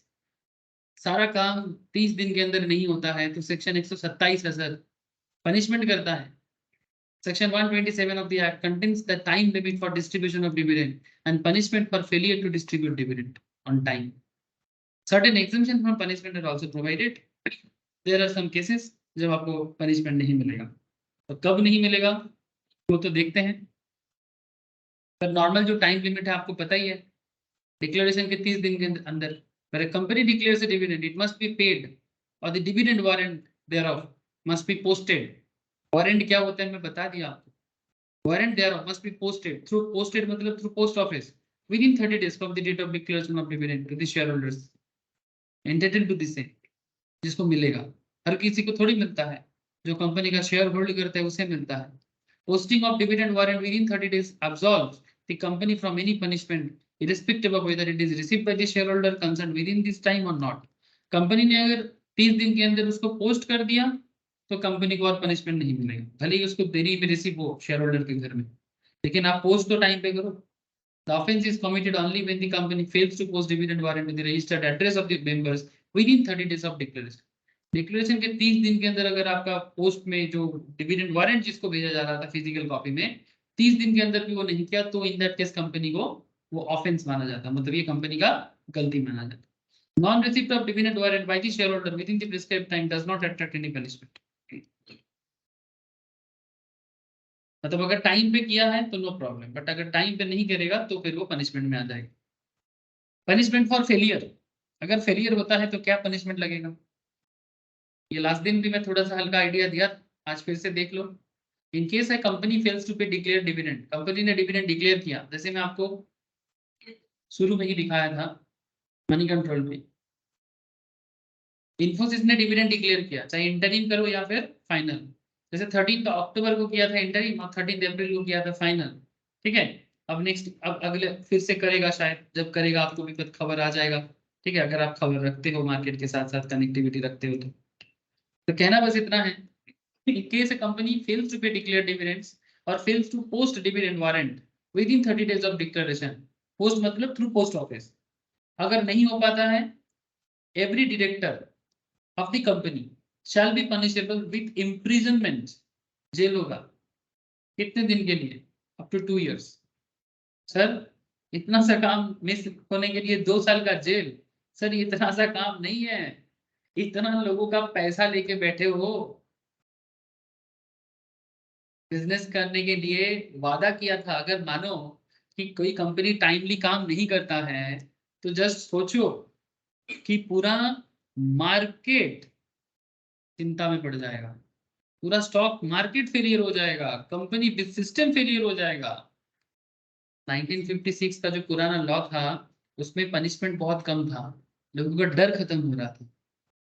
क्या है ना, आजकल इंसान बड़ा कॉम्प्लेक्स है, डुप्लीकेट है लोग, आजकल दुनिया बड़ा बदल गया है, तो उसको सजा देने के लिए डर होना चाहिए। Every director of the company shall be punishable with imprisonment of up to 2 years if he is knowingly a party to default। अगर वो जानबूझ के किया है, सर अगर मानिए कि वो जानबूझ के नहीं किया है तो फिर उसको प्रूफ करना पड़ेगा कि किसी ने उसको धोखा दिया है, कंपनी के कोई दूसरा डायरेक्टर या कोई दूसरा मेंबर या फिर किसी भी तरह से उनके साथ धोखा हुआ है। बट अगर ये प्रूफ कर दिया तो ही उनका लायबिलिटी बचेगा, नहीं तो सर जेल तो होगा, वो तो पता लग गया। He shall also be liable to pay fine of 1000 टका for every day during which such default continues. जब तक वो अपना गलती नहीं सुधारेगा, ठीक है, तब तक जितना दिन का देरी होगा, मतलब डिविडेंड पेमेंट करने में जितना देरी करोगे, पर डे का 1000 रुपीज का फाइन देना पड़ेगा। सर और कुछ, सर और भी है। The company shall be liable, ये तो डायरेक्टर पे हो गया या फिर officer in responsible person, normally director पे लगता है। The company shall be liable to pay simple interest at a rate of 18% per annum during the period for which such default continues. जब तक तुम्हारा डिफॉल्ट कंटिन्यू रहेगा, उतने दिन के हिसाब से या उतने महीने के हिसाब से या उतना साल के हिसाब से एनुअली 18% का सिंपल इंटरेस्ट चार्ज होगा पेनल्टी के तौर पे। सर ये हिसाब है क्या? सर यही हिसाब है। सर पनिशमेंट से किसी को छुटकारा है? हाँ है। Under the following cases where the company has failed to pay declared dividend within 30 days of declaration, no offense shall be deemed to have been committed and therefore no punishment is attracted. Where the dividend could not be paid by reason of operation of any law. मानो देश में कुछ बड़ा problem चल रहा है, ठीक है, मे बी कोरोना जैसा कुछ इश्यूज चल गया, देश में अचानक से लॉकडाउन हो गया, वार सिचुएशन चल रहा है। अब इस तरह से कंपनी कैसे काम करेगा, है ना? तो ऐसे सिचुएशंस में अगर कंपनी नहीं कर पाया तो वो सबको पता है। Where a shareholder has given directions to the company regarding the payment of dividend and those directions cannot be complied with, the same has been communicated to him. मतलब शेयर होल्डर कंपनी को कुछ communicate करके बता रहे हैं, लेकिन जो company ने बोला उसके साथ दोनों मैच नहीं कर रहा है, तो ऐसे केसेस में कंपनी डिविडेंड देने में रोक सकता है उस पर्टिकुलर शेयर होल्डर के लिए। तो इसमें देरी हो सकता है। But there is a dispute regarding the right to receive the dividend. Dividend receive को लेके कुछ डिस्प्यूट चल रहा है, तो अगर वो डिस्प्यूट किसके साथ? कंपनी के साथ शेयर होल्डर का, अगर ये डिस्प्यूट प्रूव होता है तो देरी हो सकता है। But the dividend has been lawfully adjusted by the company against any sum due to it from the shareholder. मानो कई बार ऐसे होते हैं कि शेयर होल्डर का कुछ पैसा कंपनी के पास बाकी है। मानो तुम कंपनी का एक शेयर होल्डर हो, कंपनी का फेस वैल्यू है मानो 10 टका, तुमने कंपनी को 1 लाख शेयर खरीदने का वादा किया था, ठीक है, 1 लाख शेयर खरीदने का वादा करके तुमने मानो कंपनी को आउट ऑफ फेस वैल्यू का 10 में तुमने मानो 3 टका दिया, बट अभी भी 7 टका बाकी है। 7 रुपीज अगर ड्यू है, मतलब 7 लाख बाकी है कंपनी के पास, 7 लाख ड्यू है, 3 लाख ही तुमने पे किया, तो तुमने कंपनी के पास डिविडेंड के लिए बोल रहे हो, ठीक है। कई बार कंपनी अपने आर्टिकल ऑफ एसोसिएशन में अगर लिख के रखता है ना, तो मतलब जो कंप्लीटली पेड शेयर नहीं है उसमें भी डिविडेंड दे देता है अगर आर्टिकल अप्लाई करते हैं तो। बट अगर आर्टिकल अप्लाई नहीं कर पाते, मतलब आर्टिकल ऑफ एसोसिएशन, ये तो बेसिक्स ऑफ कंपनी लॉ है, आर्टिकल ऑफ एसोसिएशन में अगर ये नहीं बोला हुआ है तो कभी भी डिविडेंड ऐसे लोगों को नहीं दिया जाता। बट अगर मान के चलते हैं कि ईओ में बोला था कि हाँ, अगर कंपनी का शेयर पूरा का पूरा नहीं मिला है, कंप्लीट मतलब फुल्ली पेड अप शेयर नहीं है, फिर भी कंपनी उसको डिविडेंड देगा, लेकिन कंपनी उसको लॉफुल एडजस्ट भी कर सकता है। मानो किसी का डिविडेंड हो रहा है 5 लाख, कंपनी को उससे मिलना है 5 लाख का डिविडेंड है और 7 लाख का उसका ड्यू है, तो उसको क्या बोलेगा कि 7 माइनस 5 करके 2 लाख ही उसको डिविडेंड देगा, बाकी उससे नहीं लेगा। कंपनी के पास ये राइट है। But the dividend has been lawfully adjusted by the company against any sum due to it from the shareholder. I hope कि आप लोगों को बात समझ में आ रहा है। Where from any other reason the failure to pay the dividend or post the warrant within the prescribed period of 30 days was not due to any default on part of the company. अगर किसी भी कारण से dividend declaration के 30 दिन के अंदर company ने ना तो डिविडेंड दे पाया, ना तो कंपनी ने डिविडेंड वारंट पोस्ट कर पाया, जिसमें कंपनी का कोई फॉल्ट नहीं है, ठीक है, अगर ऐसा प्रूफ कर दिया जाता है तो इन दैट केस कंपनी को ये जितना सारा पनिशमेंट दिया गया था वो कोई भी पनिशमेंट से वो एग्जेंट हो सकता है। ठीक है, ठीक है, बोलो सर। Yes sir. जैसे यहाँ पर कुछ एग्जांपल्स हैं। Yes, sir. Mister Alok holding equity shares of face value of 10 lakh, equity share hold कर रहा है फेस वैल्यू पे 10 लाख का, has not paid 80,000 towards call money. Total 10 lakh का वैल्यू शेयर होल्ड करता है फेस वैल्यू में, जिसमें 80,000 अभी भी बाकी है। Can the dividend amount payable to him be adjusted against such dues? Give reasons with your answers.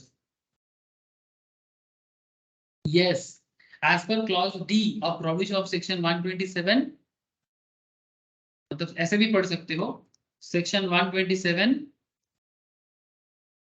Clause D, ठीक है।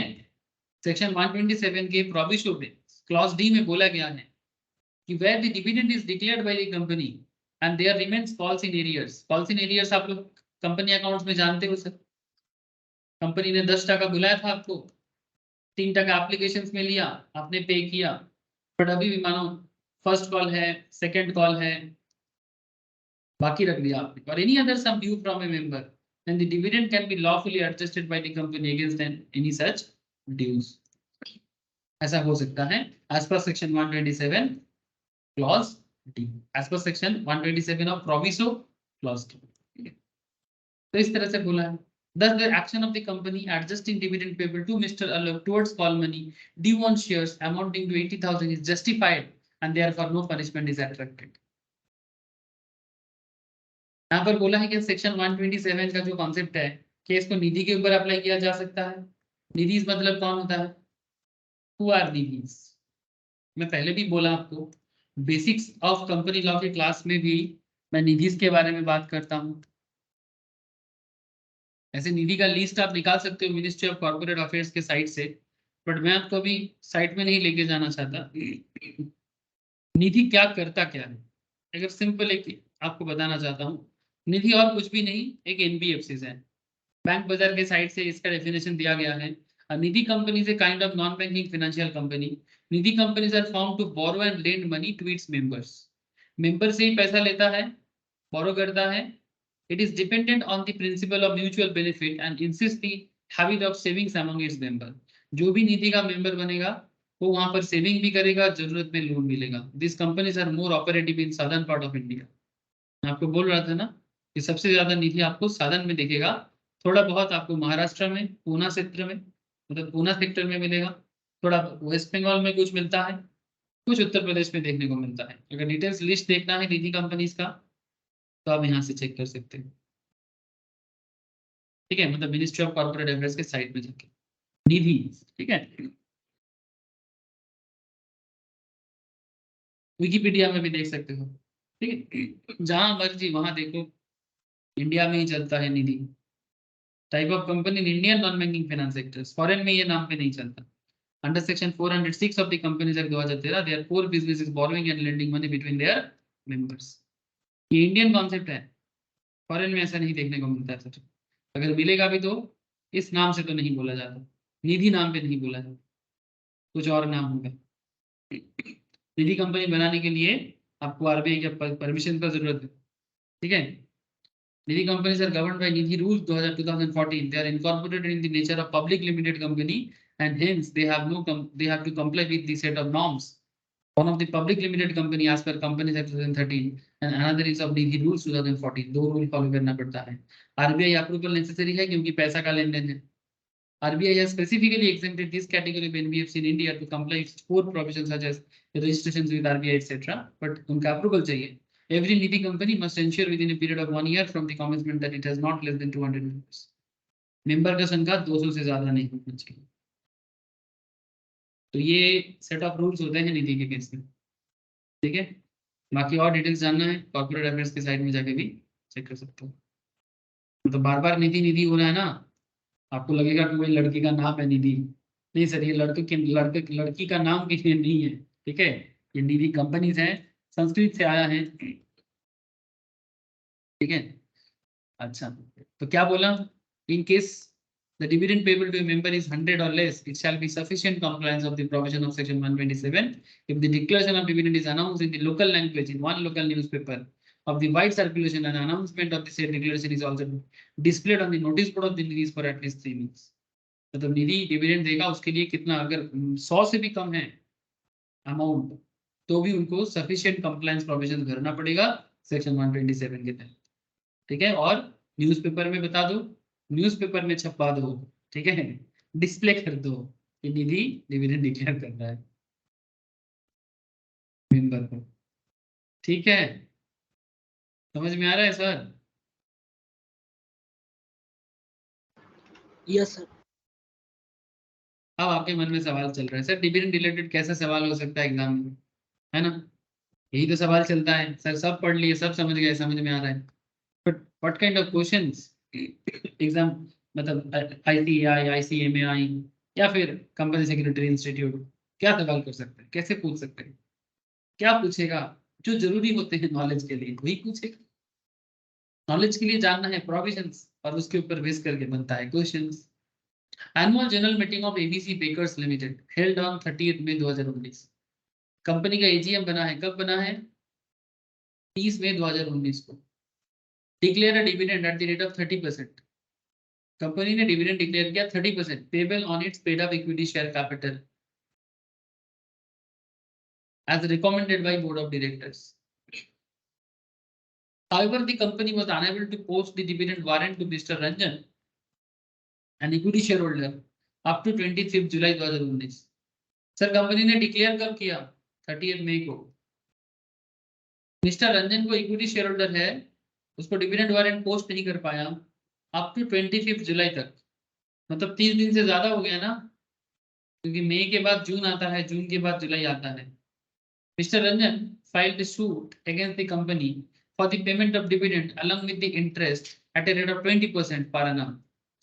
मिस्टर रंजन ने कंपनी के अगेंस्ट में केस कर दिया कि हमें डिविडेंड भी दो और साथ में 20% का इंटरेस्ट भी दो जितना दिन का डिफॉल्ट करोगे। Decided in the light of provisions of Companies Act 2013 whether Mr. Ranjan would succeed, क्या मिस्टर रंजन को सक्सेस मिलेगा? Also state the director's liability in this regard under the act. Director क्या करेगा ऐसे सिचुएशंस में? एक्ट के तहत बोलना पड़ेगा, तो बोलो क्या जवाब होगा? क्या मिस्टर रंजन को मिलेगा सर 20% मिलेगा?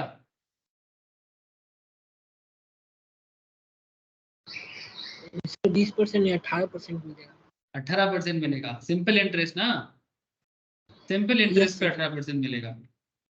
देखो सर कैसे लिखना है, सेक्शन 127 ऑफ कंपनीज एक्ट 2013 ऐसे लिखना होता है एग्जाम में। Section 127 of the Companies Act 2013 lays down the penalty for non-payment of dividend within the prescribed time period of 30 days. According to this section, where a dividend has been declared by a company but has not been paid, the warrant in respect thereof has not been posted भी नहीं कर पाया within 30 days from the date of declaration of dividend to any shareholders entitled to the payment of dividend, मतलब जिसको dividend मिलना चाहिए ऐसे लोगों, ठीक है, entitled मतलब जिसको अधिकार है, मतलब शेयर होल्डर है तभी अधिकार है। तो every director of the company shall if he is knowingly a party to the default, अगर वो जानबूझ के ये गलती किया है, पनिशेबल विथ इम्प्रिजनमेंट मैक्सिमम 2 साल with minimum fine of ₹1000 for every day. Every day कब से? जब से गलती हुआ है, डिफॉल्ट कंटिन्यूज। कंपनी, अच्छा ये तो डायरेक्टर पे लगेगा, company shall be liable to pay simple interest, कितना? 18% पर एनम, जितना दिन का गलती होगा। Mister Ranjan in the given case will not succeed for claiming interest at 20%। Dividend तो उसको मिलेगा, वो तो कंपनी ने डिक्लेयर किया है तो देना तो पड़ेगा, लेकिन इंटरेस्ट 20% का क्लेम गलत है, वो सिर्फ 18% सिंपल इंटरेस्ट क्लेम कर सकता है एज पर सेक्शन 127। ऐसा होता है जवाब, बोलो सर, ऐसे होता है लॉ का जवाब। पहले लॉ के जवाब में लॉजिक देखो सर, कैसे लॉजिकली प्रूव करना पड़ता है।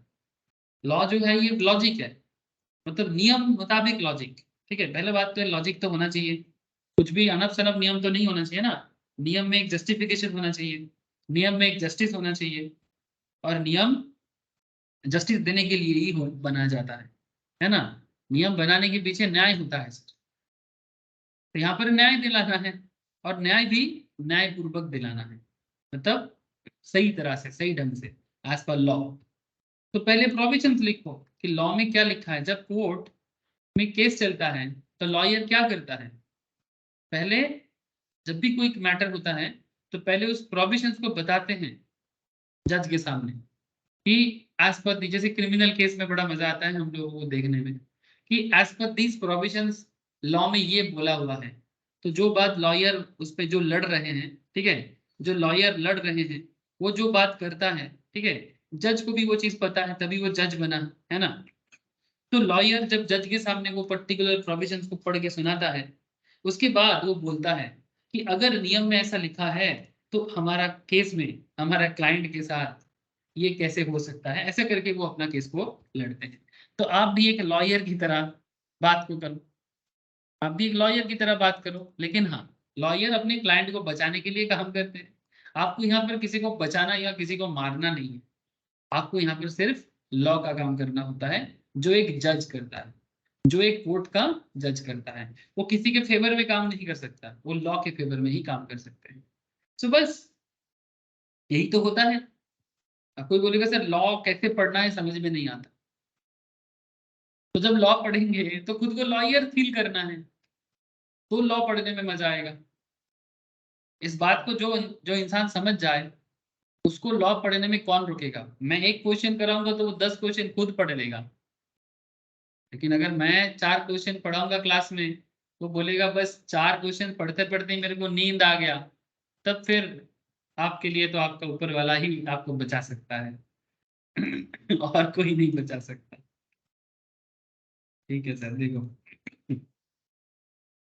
अच्छा और भी क्वेश्चंस है, मैं 2-4 क्वेश्चन रीड करता हूँ आपके साथ, अब जरा देखो कि क्या क्वेश्चन हो सकता है, क्या जवाब देना चाहिए। ये मैंने लास्ट दिन जो पढ़ाया था उसके ऊपर एक क्वेश्चन देखो। Alex limited is facing loss in business, company को बिजनेस में लॉस हो रहा है। ड्यूरिंग द फाइनेंशियल ईयर 18-19 में लॉस हुआ। In the immediate preceding 3 financial year, मतलब इसके पिछले ठीक 3 साल में, मतलब पिछला 3 साल मतलब 17-18, 16-17 एंड 15-16, पिछला 3 साल में the company had declare dividend, company ने डिविडेंड डिक्लेयर किया था। जैसे 17-18 में किया था 7% का, 16-17 में किया था 11% का, और 15-16 में किया था 12% का respectively. The board of director has decided to declare 12% interim dividend for the current financial year. इस फाइनेंशियल ईयर में कंपनी डिसाइड कर रहा है, मतलब डायरेक्टर डिक्लेयर कर रहा है कि कंपनी 12% इंटरिम डिविडेंड देगा। ठीक जिस तरह से नो सर नहीं कर सकता है, 10% कर सकता है, क्योंकि 3 साल का जो भी डिक्लेयर किया इंटरेस्ट उसका डिवाइडेड बाय 3 हो जाता है। वेरी फिर गुड सर, 7 प्लस 8 प्लस 12 होता है 30। Very good sir. ठीक जैसे देखो यहाँ पर इन्फोसिस ने 330% डिविडेंड डिक्लेयर के बारे में बोला, ठीक है, तो ये जो परसेंटेज है फेस वैल्यू पे ही होता है, फेस वैल्यू पे ही परसेंटेज डिक्लेयर किया जाता है सर, ठीक है। तो 12% जो डिविडेंड कंपनी ने डिक्लेयर किया, क्या वो दे सकता है? पहला बात, अगर कंपनी लॉस में हालत में है तो कंपनी कभी भी प्रीवियस डिविडेंड परसेंटेज से ऊपर जाके नहीं दे सकता, कभी भी नहीं दे सकता, ठीक है। तो डायरेक्टर वैलिड बात काम कर रहा है कि नहीं कर रहा है, ये आपको पूछ रहा है। अब देखो विश्वजीत ने मेरे को जवाब तो दे दिया कि सर वो नहीं दे सकता, मतलब वो कैलकुलेटिव पार्ट का जवाब मुझे दिया, वो सिर्फ मुझे कैलकुलेशन पार्ट का जवाब दिया कि according to the given facts Alex, मतलब फैक्ट क्या है वो तो आपको पता है, रूल्स, ठीक है। अब आपको सबसे पहले इसका नियम कहाँ लिखा है वो बताना पड़ेगा। मैं बोला ना आपको लॉयर बनना है, तो जब लॉयर बनना है, कंपनी के लिए केस लड़ने जाना है, तो आपको पता होना चाहिए ना कि कंपनी किस मैटर में लॉ में कहाँ लिखा है, क्या लिखा है। तो as per section 123 subsection 3 of the companies act 2013, the board of directors of a company may declare interim dividend during any financial year out of the surplus in the profit and loss account। कहाँ से देगा? Surplus से दे सकता है, profit and loss account से दे सकता है, and out of the profit of the financial year in which such interim dividend is sought to be declared। मतलब जिस साल के फाइनेंशियल ईयर में, जिस साल में वो डिविडेंड डिक्लेयर कर रहा है, उस साल के प्रॉफिट से दे सकता है। बट कंपनी करंट ईयर में तो प्रॉफिट किया नहीं।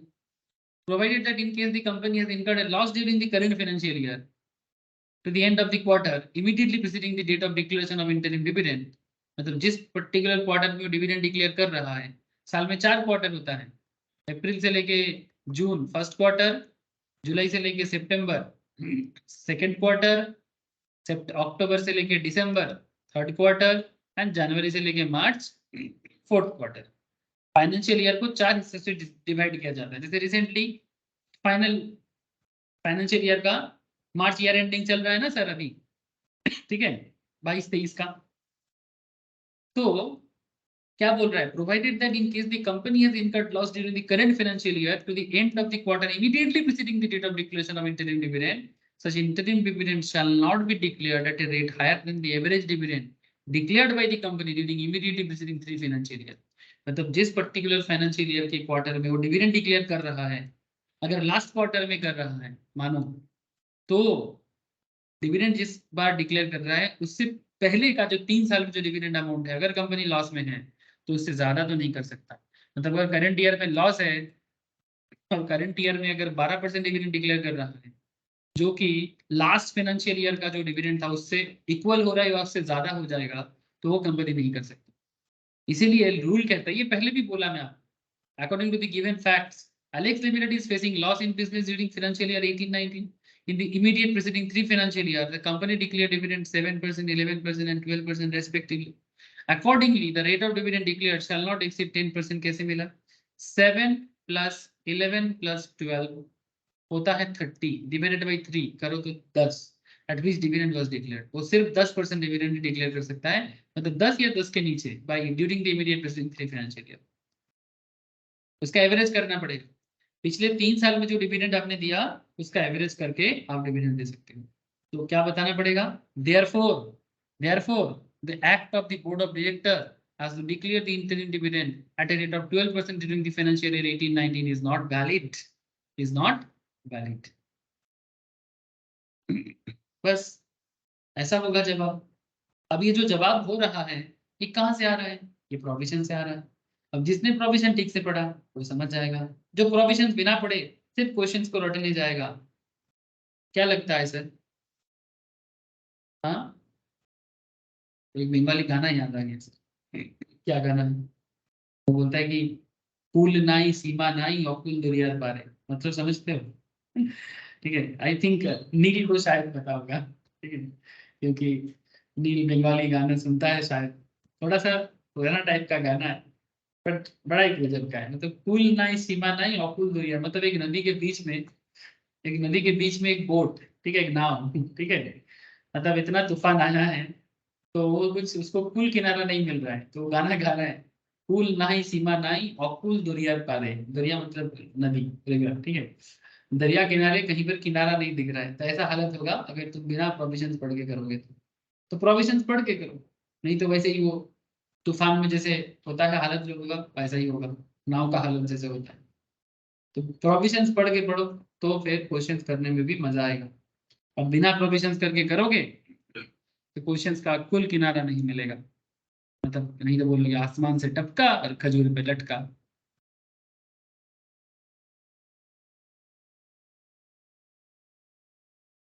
PQ Limited declared and paid 10% dividend to all its shareholders except Mr. Kumar holding 500 equity shares, who instructed the company to deposit the dividend amount directly in his bank account.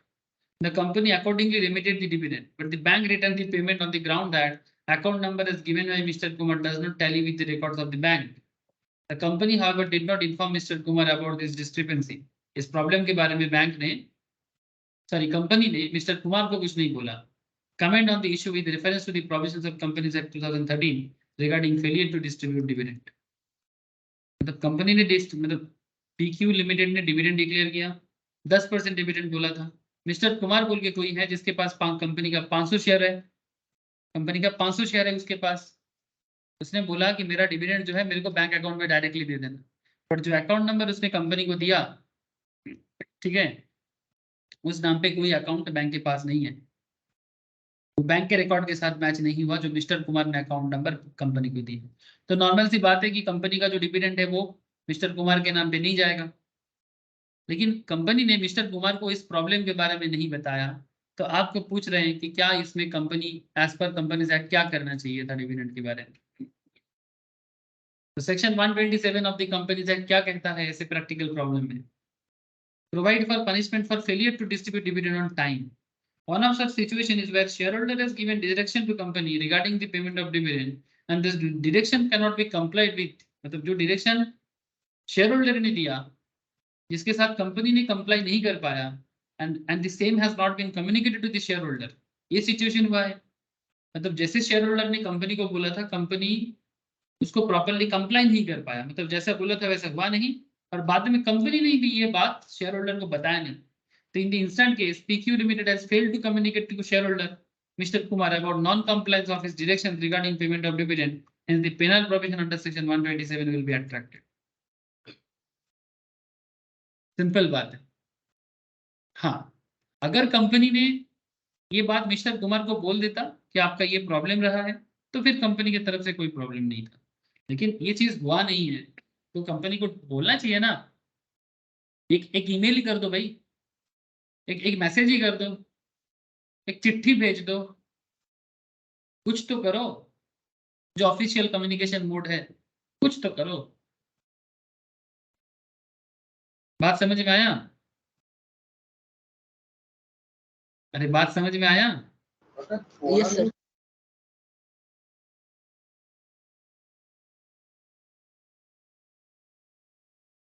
यहाँ पर भी अच्छा अच्छा तो question है, इसे भी एक बार गो थ्रू कर सकते हो। YZ Medical Instrument Limited company is a manufacturing company and has proposed a dividend at the rate 10% for the year 18-19 out of the profit of the current year. The company has earned a profit of 910 crore during the 18-19. The company does not intend to transfer any amount to the general reserve. Company ने profit किया but general reserve में कोई भी पैसा transfer करने के लिए ready नहीं है out of the profit. Is YZ medical instrument limited allowed to do so?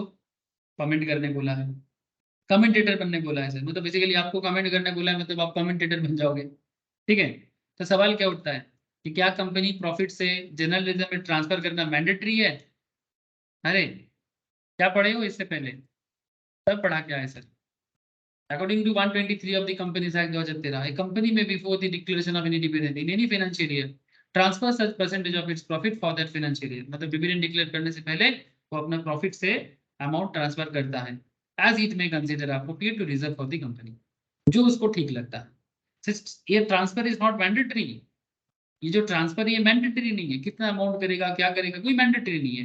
And the percentage to be transfer to the reserve is at the description of the company, ये company का है, company अपने हिसाब से transfer करेगा reserve में, वो जरूरत के हिसाब से करेगा, कितना करेगा, कर नहीं किया तो क्या होगा, नहीं ऐसा कोई नियम नहीं। So as per the given facts, YZ Medical Instrument Limited has earned a profit of 910 crore for the financial year 18-19. It has proposed a dividend at the rate 10%. However, it does not intend to transfer any amount to reserve of the company out of the profit of current year. क्योंकि ऐसा कोई provision ही नहीं है कि company dividend declare करने के लिए company को अपने प्रॉफिट से रिजर्व में ट्रांसफर करना होगा, ऐसा कहीं पर भी नहीं लिखा है। ये फुल्ली कंपनी के ऊपर है कि कंपनी ट्रांसफर करेगा कि नहीं करेगा, प्रॉफिट से रिजर्व में ट्रांसफर करेगा कि नहीं करेगा, ये fully description of the company है, इसमें कोई नियम नहीं है। कितना सिंपल है। करण होल्डर ऑफ 5000 इक्विटी शेयर्स, ये सब बोला है, सब प्रोविजंस पढ़ के आए हैं। Holder of 5000 equity shares of 100 each of Messrs Rachit leather shoes limited did not pay final call. 10 टका पर शेयर था, फाइनल कॉल नहीं दिया। कॉल क्या है? 10 टका का फेस वैल्यू है, 2 टका क्या है सर, मानो 2 टका एप्लीकेशन मनी है, 3 टका अलॉटमेंट में है, 5 टका मानो कॉल मनी है, ठीक है। इसी तरह से तो होता है, आप लोग जानते हो ये सब बातें, कहाँ से जानते हो? कंपनी अकाउंट से जानते हो, इसलिए मैं ज्यादा नहीं बोलता ये सब चीज में आजकल, क्योंकि 11-12 लेवल में सभी कोई कंपनी अकाउंट्स करके आते हैं, और फाउंडेशन लेवल में भी। So current holder of 5000 equity shares of 100 each of Mrs. Rachit Leisure Shoes Limited did not pay final call of 10 per shares. Mrs. Rachit Leisure Limited declared dividend of 10%. Examine with the reference to relevant provision of the Companies Act the amount of dividend current should receive. क्या current को dividend मिलेगा, उसका final call बाकी है, उसका final call बाकी है, क्या करंट को डिविडेंड मिल जाएगा? बोलो। सेक्शन 127 क्या कहता है? सेक्शन 127 कहता है नो ऑफेंस विल बी, एक second, no offense will be deemed to have been committed by a director for adjusting the costs in areas remaining unpaid or any other sum due from member against the dividend declared by the company. Company का पैसा बाकी है, company का पैसा बाकी है। ये रचित कितना शेयर होल्ड करता था रे? 5000 शेयर 100 करके, और फाइनल कॉल कितना बाकी है? 10 टका करके। तो कंपनी के पास रचित का करंट का कितना पैसा बाकी है? बोलो। 50,000 बाकी है ना, 50,000 बाकी है, तो कंपनी ने डिविडेंड कितना डिक्लेयर किया? 10%. As per the given fact, Mrs. Rachit Leather Source Limited can adjust the unpaid call money of 50,000. कैसे मिला 50,000? क्योंकि करण जो है वो 5,000 शेयर होल्ड करता है और कंपनी का जो कॉल मनी उसका बाकी है वो 10% है, तो 5,000 इंटू 10 करके 50,000 का जो अमाउंट है वो कंपनी एडजस्ट कर सकता है. कंपनी ने डिविडेंड कितना डिक्लेयर किया? 10%. वो कितना होता है? टोटल कंपनी का है 5 लाख. 5 लाख का 50,000. 5 लाख का 10% 50,000. तो कंपनी का डिविडेंड भी 50,000 और करंट का ड्यू भी है 50,000. ये ड्यू अमाउंट है और कंपनी का डिविडेंड अमाउंट भी है 50,000 करंट के लिए. तो 50,000 डिविडेंड के साथ 50,000 का ड्यू जो है वो एडजस्ट कर लेगा. The call money of 50,000 not paid by Karan can be adjusted fully from intended dividend amount 50,000 payable to him. ये राइट है, इसमें कोई गलती नहीं है, इसमें कोई गलत नहीं है. ये सेक्शन 187 कहा है तो कहा है, तो कोई गलत नहीं है ना सर? ठीक है. और ये एकदम लॉजिकल लग रहा है बिल्कुल. तो ऐसा ही मजेदार क्वेश्चन करने के लिए आपके पास अगर नोट्स नहीं है तो आप मेरे से लेके बाकी क्वेश्चंस को गो थ्रू करके रखो. अगर किसी भी क्वेश्चंस में आपको कोई डाउट आए तो आप मुझे जरूर पूछो. इतना तो कर ही सकते हो. ठीक है. ए सनोन बोलो, नील, शालिनी, विश्वजीत, क्लियर हुआ sir? Yes, sir. Yes, Thank you, sir. sir. Yes, sir.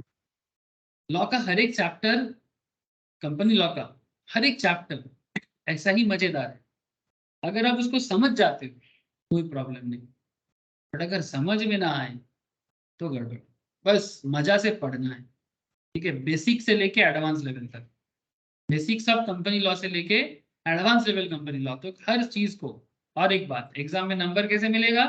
जो भी समझेगा उसको लिखना है सेक्शन वाइज. समझना दिल दिमाग का खेल है. दिल से समझो, दिमाग से याद करो. एक्स्ट्रा मेहनत एक करना पड़ता है, दैट इज सेक्शन सबसेक्शन वगैरह. लिखने के टाइम पे अगर सेक्शन सबसेक्शन प्रॉपरली मेंशन करते हो तो मार्क्स में बल्ले बल्ले. ठीक है. बस इतना सा रिक्वेस्ट आप लोगों को करूंगा. ठीक है. बस आज इतना ही है, बाकी चर्चा next week. Thank you sir. Good night to all of you. Tata. Good night. Good night sir. Bye, sir. Bye sir.